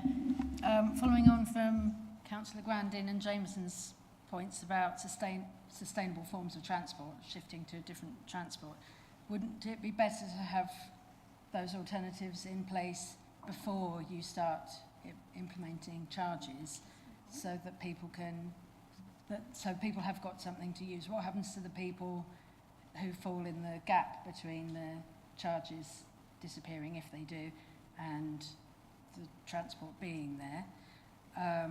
And secondly, if we need to start charging to make up the shortfall, is there going to be any ring-fenced money from the charges for these forms of transport? The first point, look, we're not experts in Sudbury, Hadley, Lavenham, Pimlico, whatever, which is why that we've started this consultation, which is why we want to go and talk to the town councils and the parish councils that are affected and come up with some ideas as to how they would like to drive their town or their parish forward. They may have some great ideas that we've not thought of. They've not had the funds to do it in the past, perhaps, but maybe we can offer that. So this is not us telling them, this is what's going to happen to you. We want to go out and them to say, what we'd like to see is we'd like to see 2 market days, or we'd like to see the high street closed, or we'd like to see these activities come in, or we'd like to see free transport for old age pensioners on a Wednesday, or whatever. You know, these are the things that we need to consult with the parishes and towns for. Whether we can do it in advance of reducing or taking away the free car parking, I don't know.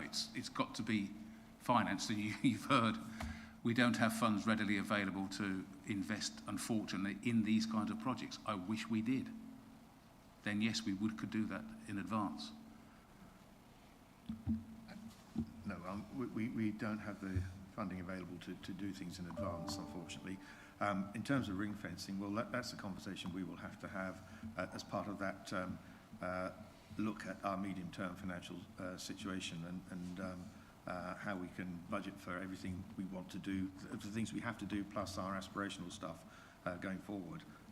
In an ideal world, we probably would want to ring fence, but I can't make that promise now. It would be something I'd want to strive to do, but we'll have to work out the detail of this going forward. Thank you. I'm going to ask my question next. I want to refer to the paper that we have in front of us. This was agreed at Cabinet, the last Cabinet meeting, and this is about engaging with the public. It's not a referendum, we understand that, but there's some engagement with the public. Can I ask the Director of Operations to answer the question? Is that all right, Councillor Busby? Mark, could you explain to us what you have in, because you've obviously thought about, I mean, you're proposing this engagement. Could you explain to the committee how that is going to happen? Thank you. Yes, Chair. We're going to work closely with our strategic policy team, which we've actually started to do. We'll design an engagement questionnaire and piece where there'll be a few questions on that. Plus, we'll be gathering everybody's views on the parking there. Where the main towns are concerned that are impacted by the parking, we've already started engaging with Sudbury and Hadley and Lavenham and Chelmsford. I've been and met the clerks in all of those towns, and we've started to attend town council meetings and take on board direct engagement ahead of this formal engagement piece coming out as well. We'll also, the engagement questions will also be sent out to all district councillors, all town and parish councils, all recognised groups that we have as well. We've recently completed that, the strategic policy team have recently completed some engagement for the corporate plan, so they have an idea of the groups they've been speaking to for that as well. So we will then take themes from that engagement for and advantages, disadvantages, concerns, and they'll be represented in the proposal. I think one point I'd like to draw members' attention to in the report that I've prepared is the advantages and disadvantages table that's pulled from the strategy. From an officer perspective, we're not saying that there aren't some disadvantages to doing this as well as some advantages to doing this, and that is the balance, really, to be honest. And we are seeking to engage with councils to minimise the disadvantages and to engineer out the disadvantages as much as practically possible. But I can't, hand on heart, as the lead director say that there won't be a car that's displaced from a car park if we go ahead with car park charging that then chooses to park somewhere where they shouldn't do because the restrictions allow them to do that. But we will walk the towns, as we've been doing, as Councillor Grandon knows, last week, and we will look and seek to reduce that as much as possible. When do you think that will go out to parish councils? I'm hopeful that we're working hard to try and get it out before the end of this week, but worst case it will be very early next week, and we're trying to give as close as we can to 6 weeks as a decent time frame to turn that around. Obviously the main councils concerned have made us aware very quickly of their views on it as well. Thank you, Mark.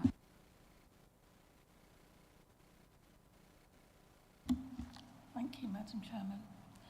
First of all, I would like to agree that Mark Ems has been doing a very good job of communicating with members. He's walked the Hadley car parks with me. We've been able to explain the problems and so on. So he is listening. I will agree with that. I've got a couple of things I would like to say. The first thing, the first question is, my concern, and this is to Councillor Busby really, is the democratic aspect of taking the 2021 Cabinet decision and carrying it over to this period when it's a completely different Cabinet now with a different political outlook, different individuals. The whole council has changed, and so you have different views.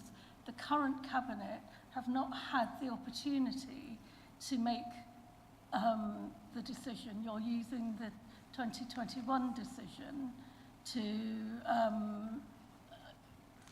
they haven't been given the voice themselves, and the council hasn't been given the voice because it's a new council since last year. So it seems to me undemocratic. I know it's allowed, but it seems undemocratic to take that decision to make your future decisions on this matter on. Councillor Grandon, can I just ask what your question is? Yes. How can you consider that this is democratic? Why have you taken that decision and not given the opportunity to the new councillors to make the decision? We aren't, and we are giving the new Cabinet the opportunity to make those decisions. But, I mean, the Chief Exec, my junior, might... Arthur's going to answer that. Beforehand, the new Cabinet made a decision just over a week before last. Nothing to do with 2021. Well, you said that it's the 2021 decision. No, it wasn't. It's a brand new decision. That's what you said. No, I didn't. Anyway, I'll pass over to Chief Executive. Thank you. So, yes, just to help, and in the absence of the monitoring officer, I thought I'd jump in just to explain. So, you are absolutely correct, Councillor Grandon, sorry. If we were simply implementing the decision made previously, then my personal view would be that that would be undemocratic, and that is exactly what the Cabinet is not doing. So, that is history, if you like, for Babergh, quite clearly. What the Cabinet is doing now is starting from scratch. Because if it weren't starting from scratch, it simply would have implemented it without any further Cabinet discussion, without bringing it to scrutiny, without any opportunity for a petition, which obviously will come to full council, without bringing it back to scrutiny again, and ultimately a Cabinet decision proposed for March. So it would have been possible for Cabinet simply to say, this is a decision that was made in the past, implement it, informally, behind closed doors, without any discussion. They haven't done that. For all the reasons you've just outlined, what they've said is, no, that would be undemocratic. That is a decision made by the previous Cabinet, by the previous administration, outside the current term of office, and therefore we are starting from scratch. So the decision has not been made to charge? Correct. Thank you. I haven't heard that before. So, I'll just clarify.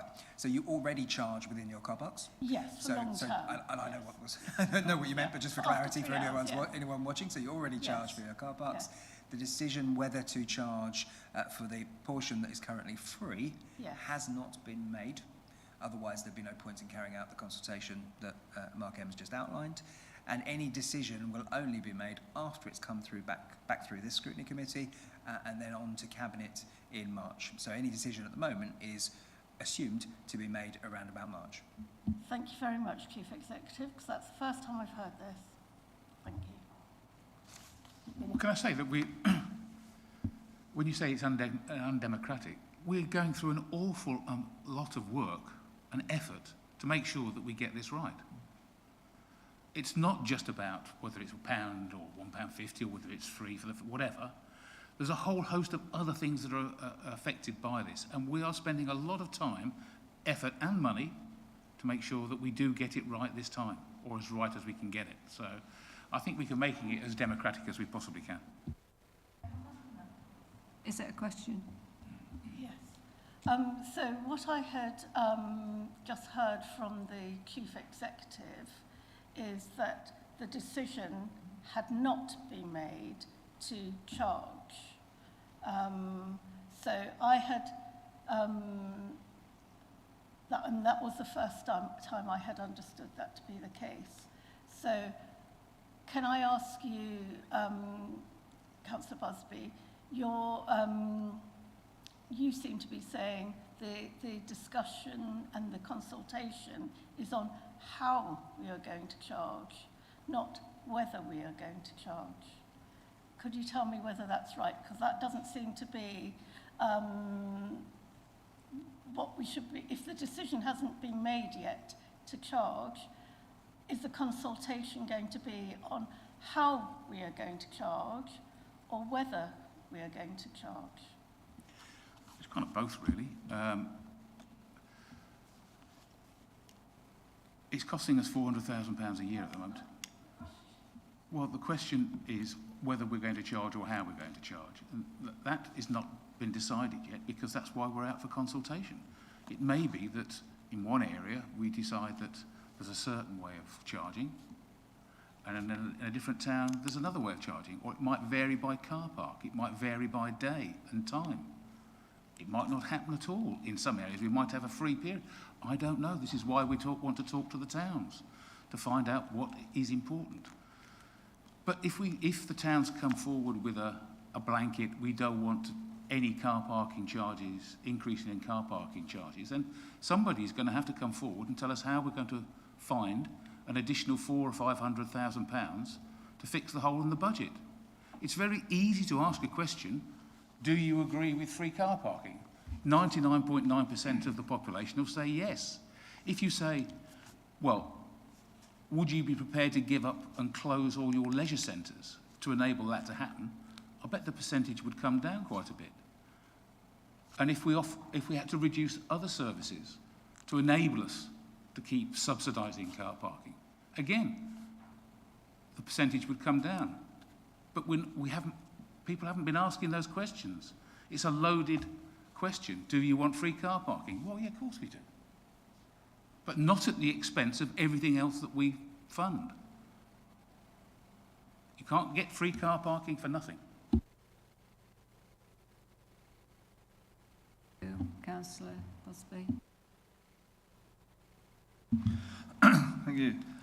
You just mentioned the leisure centres. Now, the leisure centres, particularly the one in Sudbury, both have car parks, and the one in Sudbury is one of the main town car parks. Now, any charges will have a knock-on effect on people, members of the gyms, members of the leisure centres, and will potentially, depending on what we charge, could double or more than double a monthly fee for a gym if they have to pay. I mean, is that being considered in the consultation? Is that going to be, because obviously Hadley you could perhaps divide up by not charging for that car park because it's out of town a bit, but Sudbury you can't really, it's right in the centre. Yeah, yes, Councillor.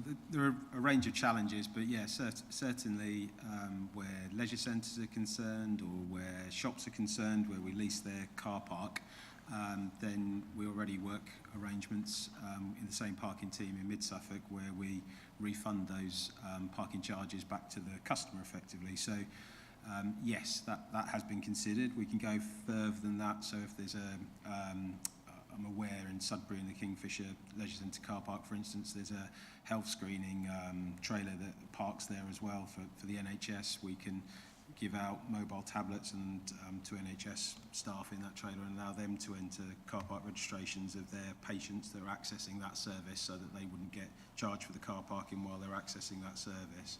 And that's, yeah, certainly a good example of something that we'll be factoring in at this next stage as we do due diligence and develop a proposal.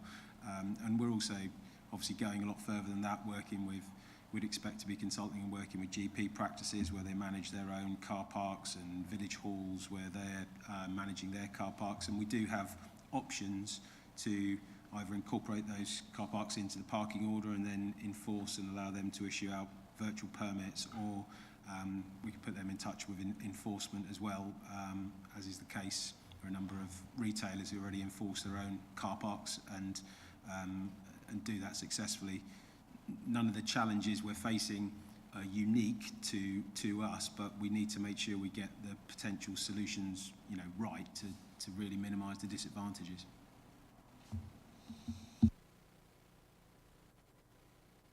Thank you.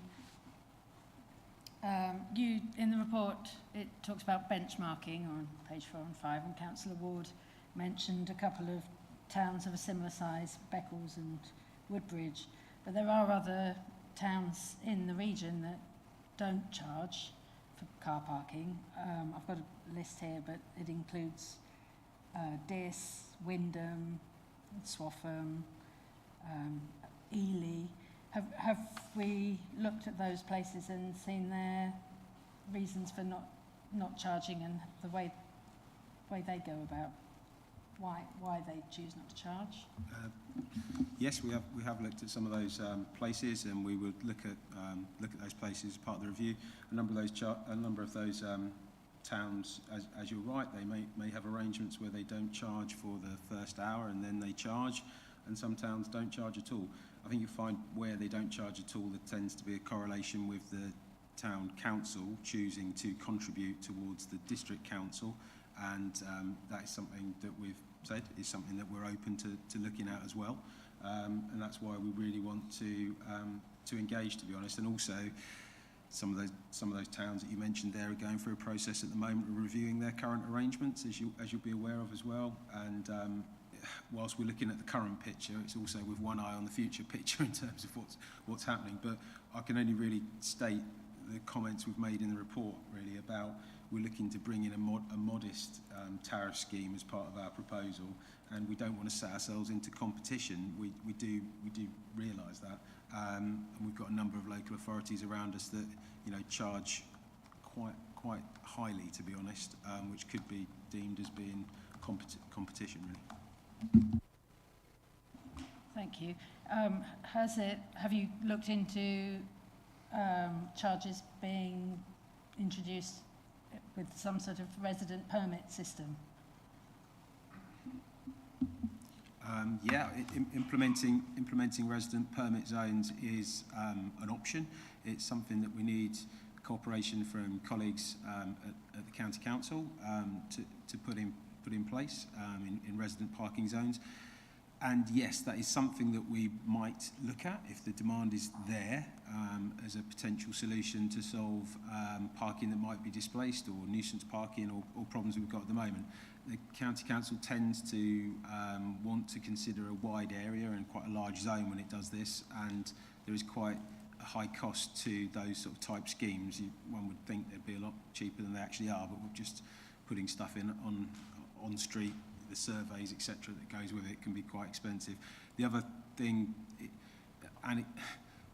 Suffolk have tended not to have many of these schemes delivered across the county at the moment. There's one in Newmarket that's been going through for a long while now, trying to progress, and some residents tend to like the idea of a scheme but don't like the idea of having to pay for the permit and then the restrictions that come with the permits in the resident scheme. But yeah, we realise that on-street is a challenge as well, and by trying to get on-street right, that would help. And we know, for instance, in Sudbury, where I know the area councillor, that there are on-street challenges and issues in there as well. And if we can improve on-street enforcement, and it is harder for colleagues in the enforcement teams in West Suffolk and Ipswich that enforce on our behalf to enforce where the parking is free, where there are charges, it tends to improve the quality of the enforcement that's actually there as well, which would help to improve some on-street issues.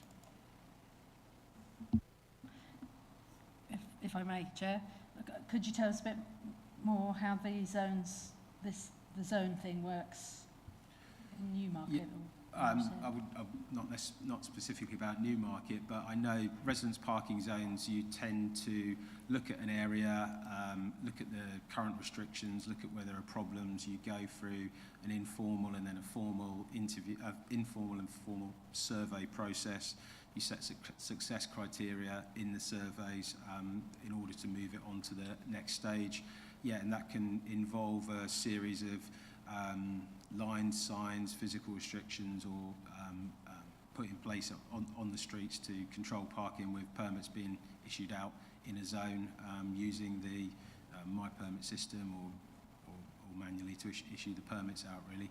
The cost for the permits would be connected to the level of enforcement required, so that might not be something that we're entirely under our control. Enforcement authorities play a part for that as well, so it's a parking system, and we don't operate all of it.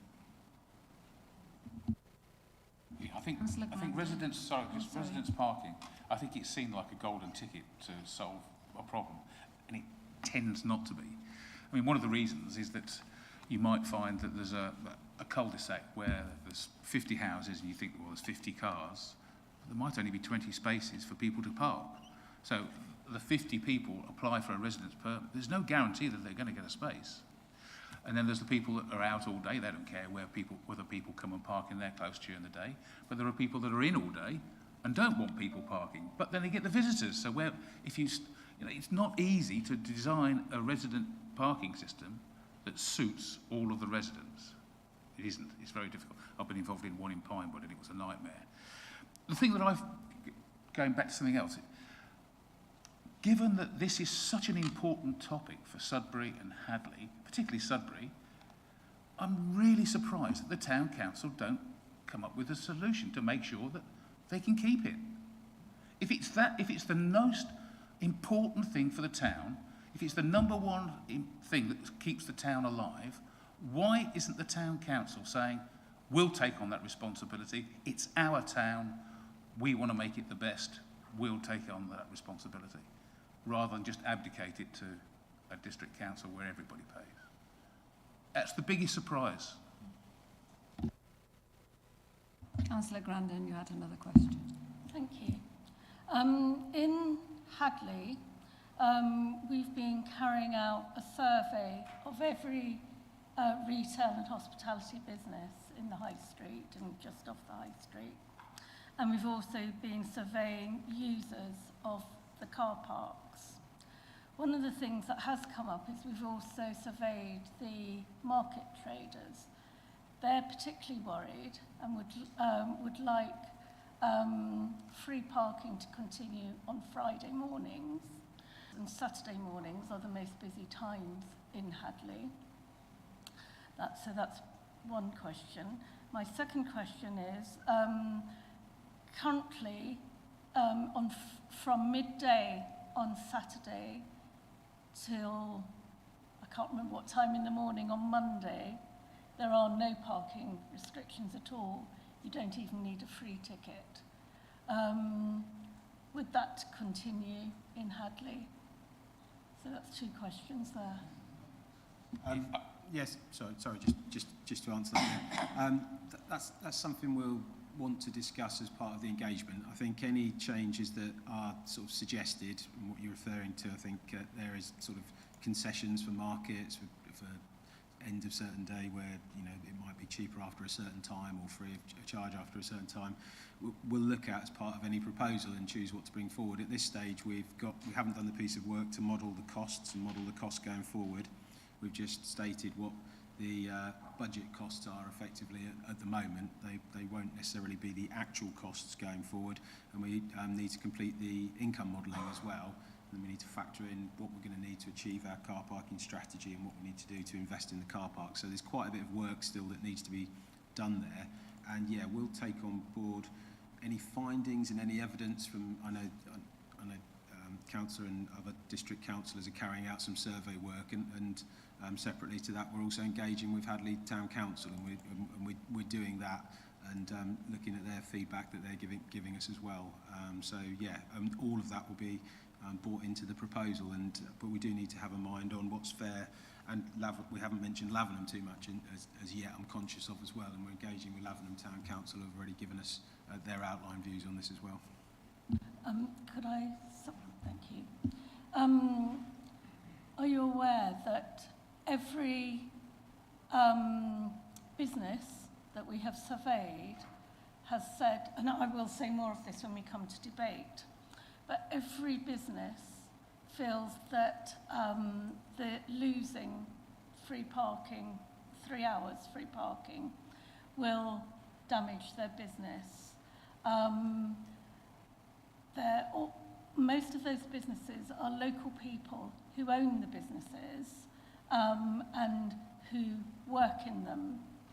And so we're damaging the local economy with this.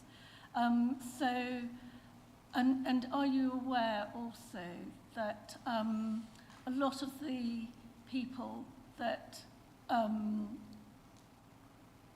use the facility, the parking facility, are volunteers, either volunteers in the shops, the charity shops, or volunteer in other organisations within the town?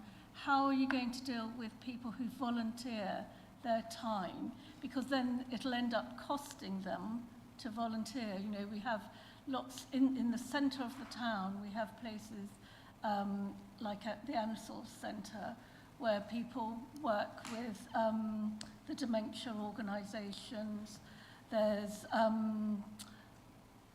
each charity shop, for example, has 18 volunteers who all do 3-hour stints because it's worked around the free parking. That's why they do 3 hours. How are you going to deal with volunteers?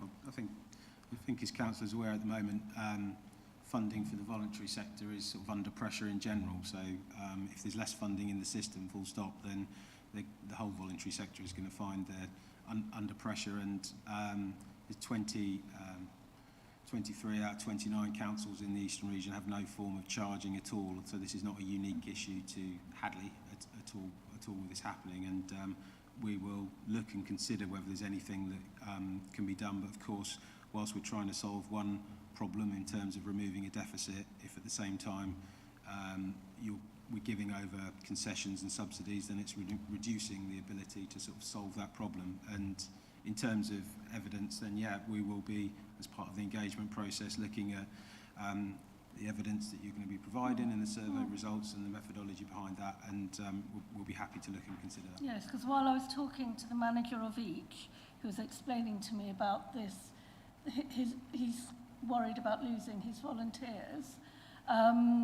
One of the volunteers said to me, I give up my petrol money to come and volunteer here. I mean, I'm not prepared to pay for parking. We do understand that's concerning. Obviously, there are these shops have outlets. These charity stores do have outlets in other towns where they have to pay for parking as well. So they do operate extensively across the area in those towns.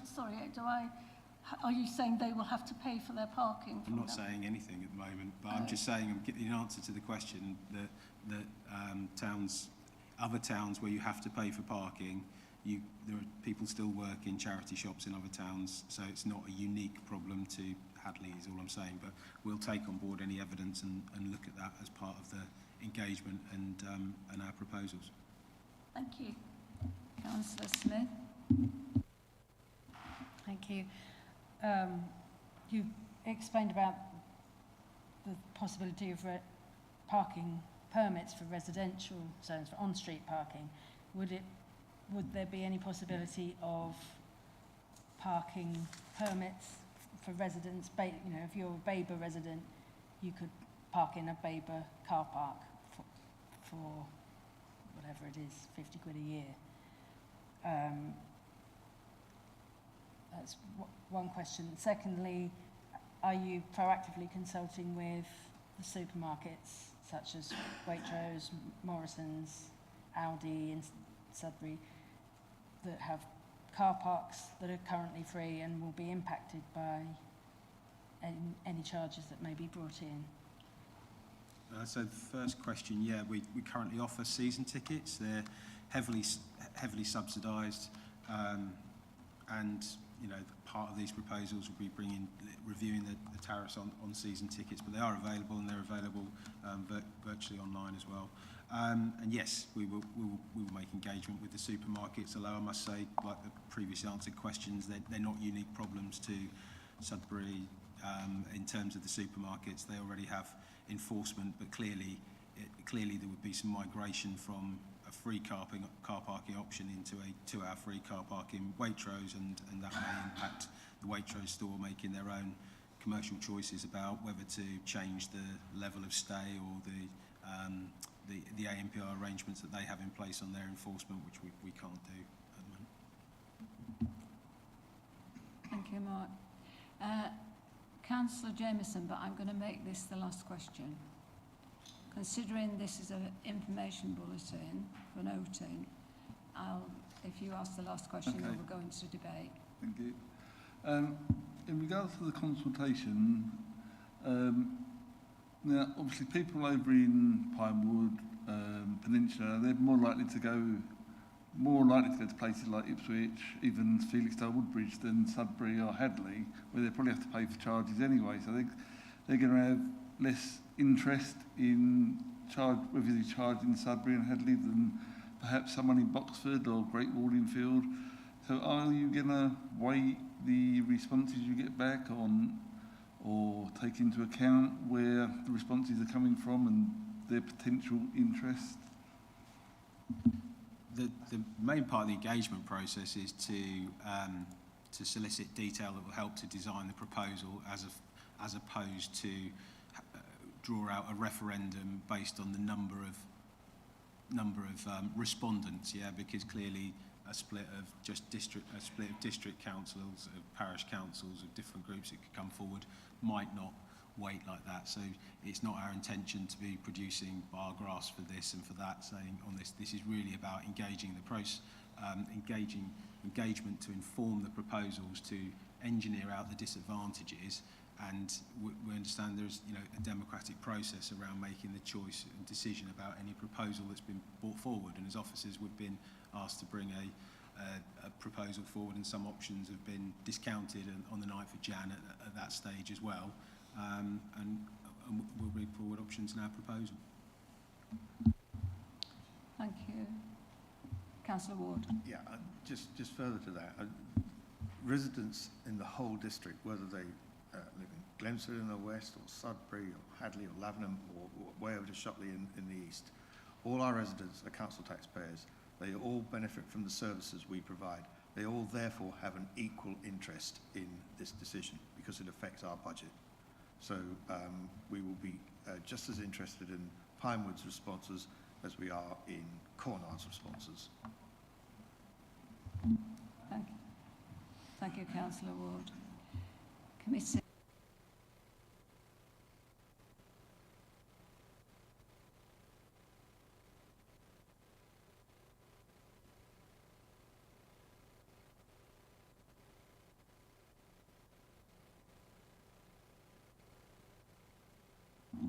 Thank you, Chair.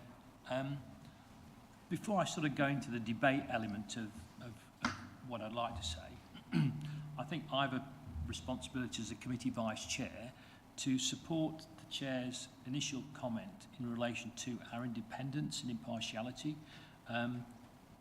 We act for the district, not for Hadley, not for Sudbury, and not for Lavenham. That's a really critical point. The debate centres essentially around the economic vibrancy of of the towns. And I completely understand why the town shopkeepers, etc., would feel threatened by this. I mean, who doesn't like free car parking? I love it. Every time I go to Hadley, I think it's marvellous. Park up for 3 hours, walk away from the car, it's great. But we have to take some level of responsibility. I mean, Councillor Busby related the point concerning the environment. Okay, it's only a small element of what we're talking about to some extent, but if we don't nudge the dial across, it's never going to happen, is it? Free car parking is something that everybody wants, and not everybody gets it. I mean, I don't have my ward. My ward is Cape St Mary. My residents live nearer to Ipswich than they do anywhere within the towns we're talking about. So I'd like to think that I have some level of objectivity about how we should look at this. We talked about free car parking. We need to also be really mindful of the budget deficit. This represents nearly £500,000 of budget deficit, and we cannot, personally I can't anyway, sit on this committee and say at any length we should continue without supporting Cabinet and our senior leadership team in reviewing the charging structure. It would be totally inappropriate of us not to support that expectation on behalf of the Cabinet and the Council. Thank you, Chair. Thank you.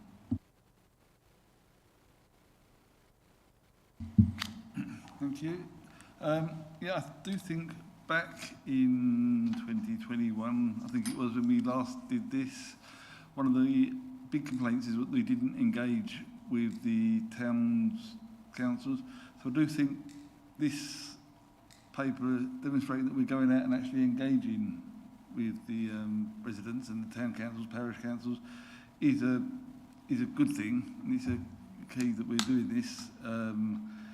In terms of whether we do implement charging or not, as Councillor Ward and Councillor Busby said themselves, you go to a town because of what the town's got there. I mean, I would much rather go to Bury than Ipswich, because Bury's a much nicer place in my eyes than Ipswich. They both charge. I don't think you go somewhere just because the parking's free. You go because the place is attractive, the place has got things you want to go to see, and you spend where you want to spend time. So ultimately, I think if our towns draw people in, people won't care about the charges, as long as they're not silly charges, obviously. So I think by concentrating on the charging, I think we're diverting away from the fact that our towns are lovely towns and they can be key draws for people. And I think that's what we need to emphasise, and it's good, as I say, it's good that we're doing the consultation from the start this time. Thank you, Councillor Jameson. Thank you. As I mentioned, we have so far surveyed over 200 users of the car parks in Hadley. And yes, there will be change of behaviour. As Councillor Busby said, he wants to encourage change of behaviour, but it may not be the kind of change that he would choose, because a lot of the people said, well, they'll park on the road then. Obviously, there won't be enough room for everyone to park on the road, but it'll cause chaos and it'll cause upset for the residents, because in the streets around the High Street, it's mainly people who don't have off-road parking. So I am concerned about displacement. And that is something I've spoken to Mark Ems about, and you know, he is listening. The other thing that has been coming up in the survey is that people come from quite a distance to come to Hadley because they do like it. Contrary to what Councillor Busby said, our town doesn't actually need much changing. We don't want it to change much because it's lovely as it is. We've got lovely independent shops. A new shop opened called Yarn Works. I thought, well, that's not going to last very long. I thought, who buys wool nowadays? This survey has been an absolute eye-opener because huge numbers of people are coming from Chelmsford, Norwich, Cambridge, Ipswich, Shockley for this yarn shop. Apparently it's the best yarn shop for miles around, and they do courses and things like that. So people come for a long time. Now, admittedly, those people will be prepared to pay because they're coming for a specific purpose. And they're coming from a long way, and they're probably coming from somewhere where they would have to pay anyway if they're coming that long distance. They're coming for a specific... But most of the people who come on a regular basis are not wanting to pay, and they're saying they're going to come to Hadley less often. They will try and park on the street. They will come less frequently. They won't stay as long. They won't be staying for the coffee that we want them to have. I have the evidence of this. I have been interviewing hundreds of people now, and this is what they're telling me. So, you know, I have the evidence. I have the evidence of the shops that are really concerned.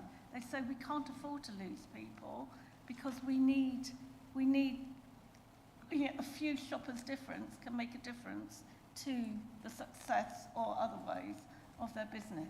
We have interviewed every shop in the High Street and every hospitality business in the High Street. We have only about 2 empty shops at the moment, and empty shops are not going to give us the rates. So we may gain in one way, but we'll lose in another. So you know, it is the viability of places like Hadley and Sudbury and Lavenham. It makes people want to live in those places. People choose to live in our towns and villages because of the vibrancy of the shopping village and the shopping offer. If we ended up having chain stores, it wouldn't be such an attractive place to be, and we wouldn't be attracting people who want to live there, people who want to visit there. So I have a concern about the long-term success of our 3 places that we're talking about today. Thank you. Councillor Smith. Thank you. I think I'd like to go back to alternative transport, buses, cycle lanes. There's not enough of them now. It's a shame they weren't put in 10 years ago. It's a missed opportunity. We need to have them as soon as possible so that people who live, as Catherine says, it's not the people from far away who come and will be put off by parking charges. It's the people who live in the local area. We're talking about Sudbury, it's the people who live in Cornard or the local Chiltern Woods. How are they going to... these people can't cycle through Sudbury. There's no cycle lanes. They will drive. They'll be put off. Let's give them cycle lanes. Then perhaps they can come and they won't clog up the town with their cars. Let's find a way to do that as soon as possible. Thank you. Chair, can I come in on a few points that Catherine's made particularly? Effectively, what we're doing is we're subsidising the retail element of Hadley and Sudbury. Is that fair on the other businesses in Hadley and Sudbury? Who made the decision that Babergh residents were going to subsidise a particular type of business rather than other? Perhaps if I owned a hotel, I'd be saying, well, what are you doing for me? You're not subsidising me, you're subsidising the wool shop. We've never made a decision that we were going to subsidise one particular type of business. That's just one point. interestingly, you made the point that the market traders were saying, oh, definitely don't charge on a Friday and a Saturday morning because that will affect us. Interestingly, I'd say it's the reverse, because people will go to Hadley on a Friday and a Saturday because the attraction is that much greater. Therefore, they'd be prepared to pay the pound to do it. You know, also, a wise person mentioned not long ago that if we put the price of coffee up from £2 to £3, would people stop going to Hadley? I suspect not. They'd just say, oh, okay, I can understand that prices have gone up, and they'll just pay it. We're making a big fuss on one particular aspect, but there are many other things that people seem to be prepared to do of similar magnitude. The length of stay, again, you ask the question, people say, oh, we won't come so often and we won't stay as long.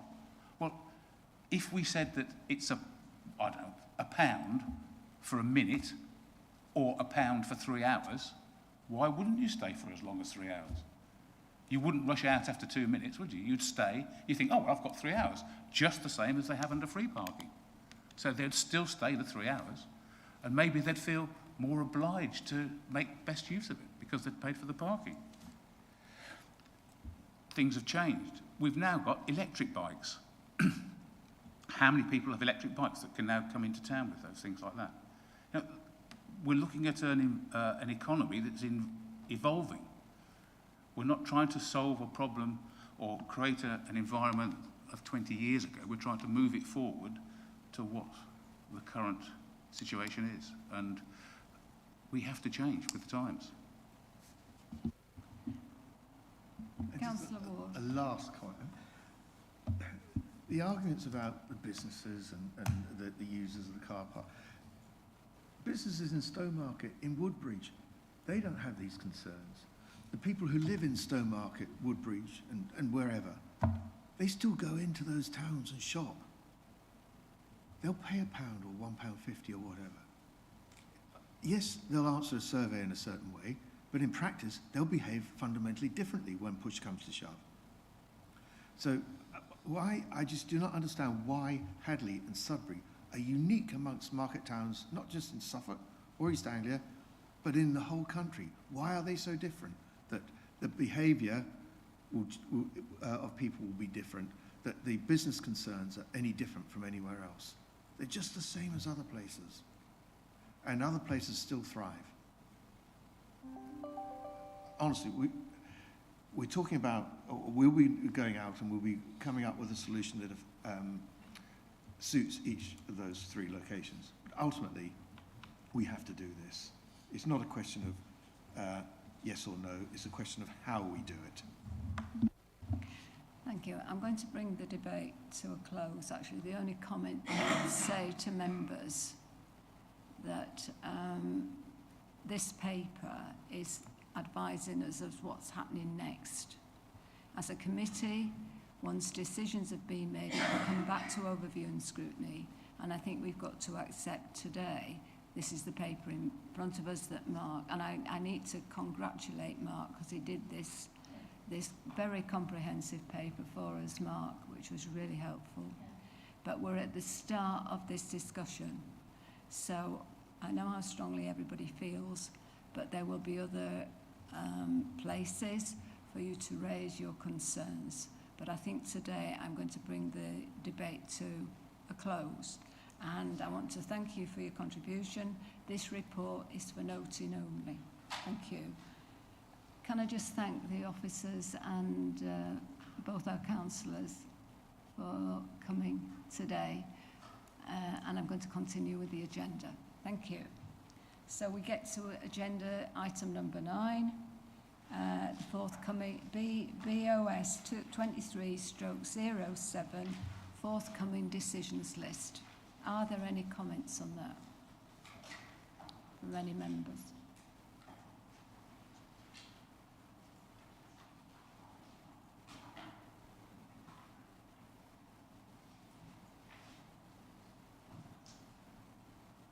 Councillor Grundy. Could I I don't know if this is relevant to this or maybe your next point, but you and I did speak at one time sorry, this should probably be under committee work topics, so I'll leave it till then. Yes, sorry, yes, sorry, it's the wrong section. My apologies.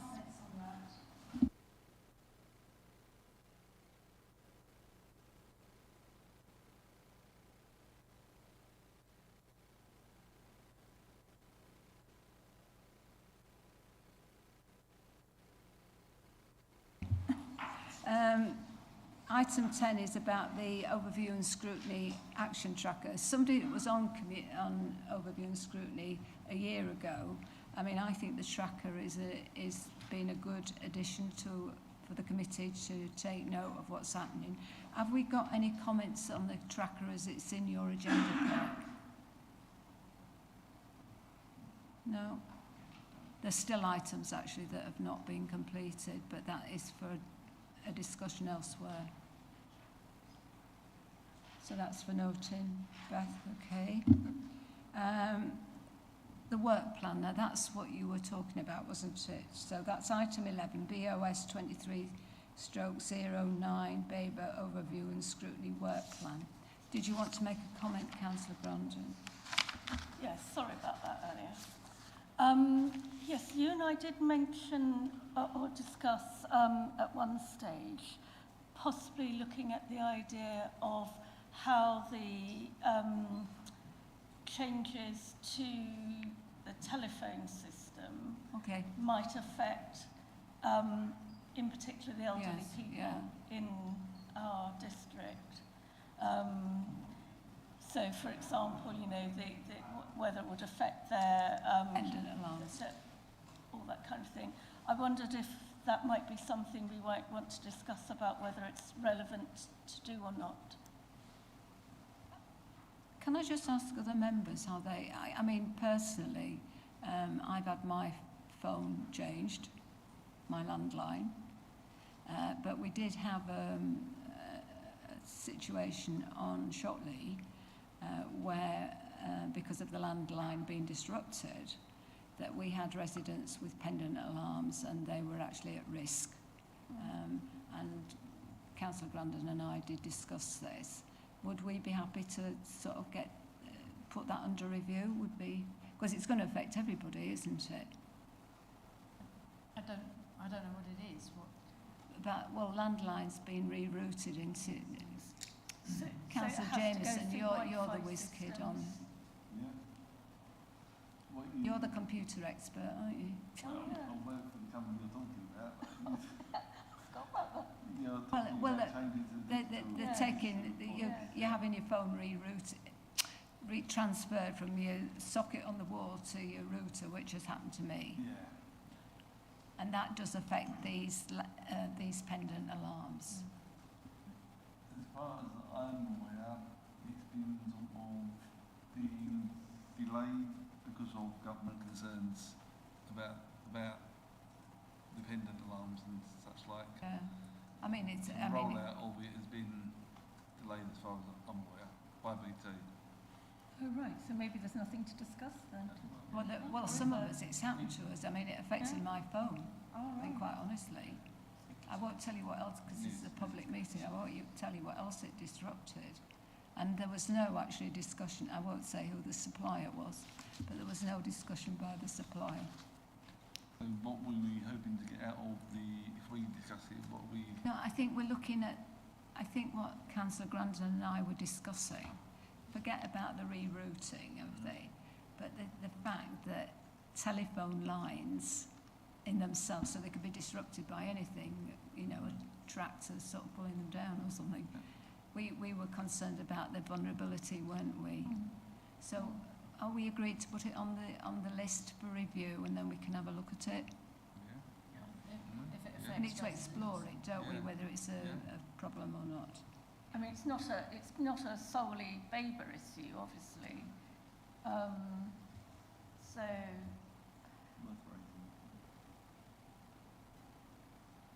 Yeah, well, we can put it on the list. If you think, Claire, it's a good idea. Councillor Grandon, and then we'll review. We can sit actually in an informal meeting and discuss some of these things, I think. I would like to see a lot more discussion in our committee together, informally. Would you welcome that? Mhm. Yes, I think we all agreed with that. That may not include Mid-Suffolk though. It may be just relevant to Babergh. Anything else that, yes? When we was back in, whenever it was, we were sorting out the work plan, we agreed to look at planning as a whole, including all aspects of planning, but we only ever seem to come up with planning enforcement, which is important. That's all that ever seems to be talked about. Are we looking at other areas of planning in the future? Or, it was back in July or August, whenever it was, we did say enforcement and other areas of planning. Now the problem we've got today, I don't know whether Alicia is still on the call, is she? Would she be willing to give us Alicia is the one that does this. Just a minute. Yes, Chair. Not sure if you can hear me or not. Thank you, Alicia. Nice to see you and hear you. Thank you. Sorry I can't be there this afternoon.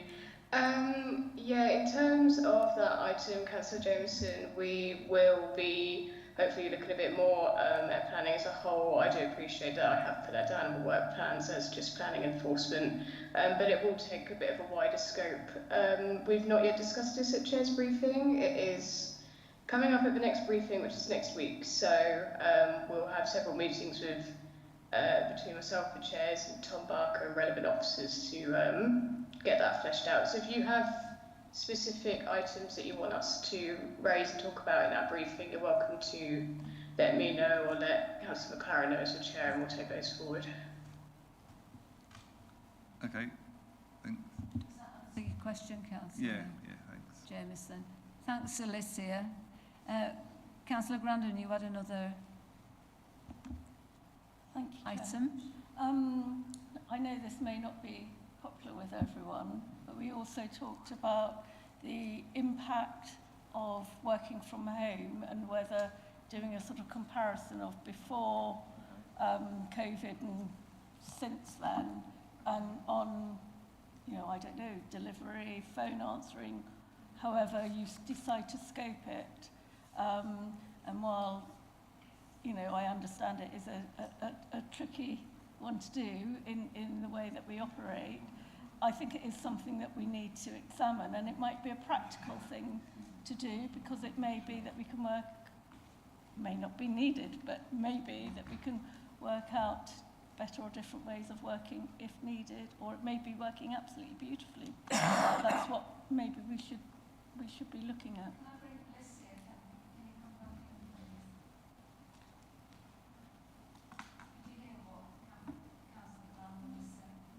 Thank you, Chair. Sorry. Yeah, sorry, did you hear what Councillor Grandon said? Yeah, I did pick up what Councillor Grandon said. This was about working practices, actually, wasn't it? Yeah, that's absolutely fine. I think we potentially discussed incorporating that into the staff productivity topic, which is in that list at the bottom of the work plan. I'm assuming that Arthur is still in the room. I can't see. I'm not sure if Arthur would want to pick up on that at all. But from an officer perspective, I'm happy to incorporate that if appropriate. But I'll let Arthur respond. Thank you, Alicia, for that hospital pass. Yes, more than happy from a staffing perspective that we look at it. But what I would say is, against the context of everything we've been talking about already, I'm not sure it's the right topic or the most significant project or the most important thing to be looking at, should we say. But I wouldn't want to dismiss it entirely. I think for me, it would be really useful if Scrutiny had a hypothesis that it wanted to test. Then that would be potentially more helpful, because the world has changed. The notion of home working, I would say, is here to stay. I'd also try and help a little bit, just while I've got the floor, to point out that we don't have any home workers. We have some people who work from home occasionally, but none of them are classified as home workers. So in reality, what we have is a real mixed economy of people working in the district, site visits and such like, that they have to do as part of their job. People based in the district, where they're going out and taking advantage of things like Costa and other venues to be able to, other facilities are of course available, in order to be able to hold one-to-ones and catch up with their teams, using town and parish halls for team meetings and such like. Obviously some staff come in here and then some staff work from home, but it's not a one-size-fits-all, it's a real blend, some of which is driven by what that member of staff, what suits them from a work-life balance, but all of which is driven by business need. So they can't do just what suits them. They have to do, and customer services is a prime example. If a customer service officer who is operating a front desk, clearly they can't work from home. It doesn't work, does it? So it's a real blend. Yeah, as I say, I think if there's a hypothesis that councillors would like to test, more than happy to look at it. But bluntly, coming back to where you started the conversation, if it's going to save me money, I'm happy to do it. If it's an exercise in analysing what we already do, then I would say, can we leave it alone, please? Councillor Grandin. Anecdotally, I get people saying to me they can't contact the council or they can't contact the department they're after and that kind of thing. And they say, oh, it's working from home, isn't it? It's because they're working from home. So maybe it could be honed in, perhaps, to something that answers that kind of problem. Might that be an idea, do you think? Yeah, absolutely. If it's focused on accessibility and council accessibility of services. I mean, there's a slight irony, of course, that if I'm sat working at home, I'm at my desk, I'm more likely to answer the phone than if I'm in the office where I might have got up and wandered off. Yeah, absolutely. So, but I'm more than happy to look at accessibility because clearly for both authorities, I think for me it needs to link back equally to, is it one of the priorities that's emerging through the corporate plan, which obviously goes to full council at the end of this month. So if it supports that, then again, that gives extra weight to why would we be looking at it. I'd be happy to hone it in to... As long as Alicia's taking this issue, she's taking it down. Yeah, I mean, we've raised a lot of different items. I do firmly believe, and of course our interests don't necessarily match with Mid-Suffolk. Quite rightly, we're two separate councils. But I think there is... Sorry? No, but they're not interested... No. This is a Babergh thing, okay? Isn't it? Well, it's a difficult one. So, yes, I think Mid-Suffolk is interested, the administration, in accessibility. I've challenged that a few times just so I understand what that's about. I think to some degree that's about visibility rather than accessibility or a combination of the two. So we've had lengthy conversations with the administration about the Stowmarket customer service point and how best to use that and is it in the right place. And that goes beyond access to service but perceived access to service as well. So the Mid-Suffolk councillors, the administration, want the public to feel as though the council is accessible to them, as well as actually being accessible to them. They want both. But I do think, and I think that's where you were going, Councillor Grandin, is it would be quite tricky for something like the call centre to split out and look solely at Babergh and not at Mid-Suffolk. So there may be elements where we can, but I think in the round it would be tricky to do so and probably slightly counterproductive.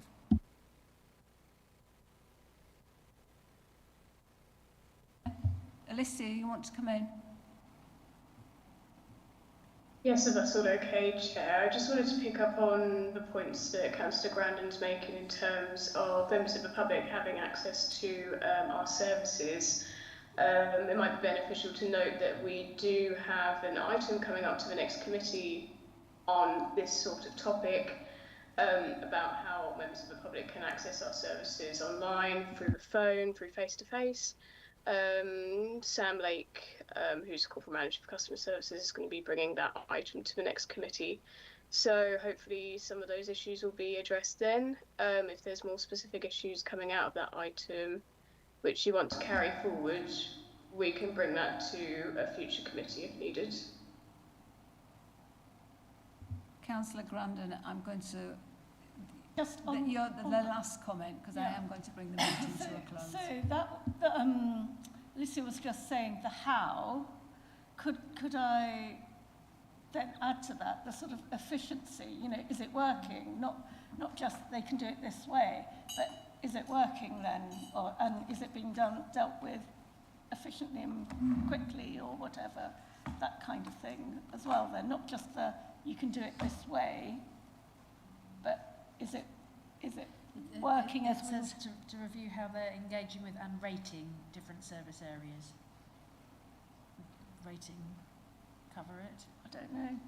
I think, It depends what you I mean. think actually, Councillor Grandin, I think we review it as a Babergh committee.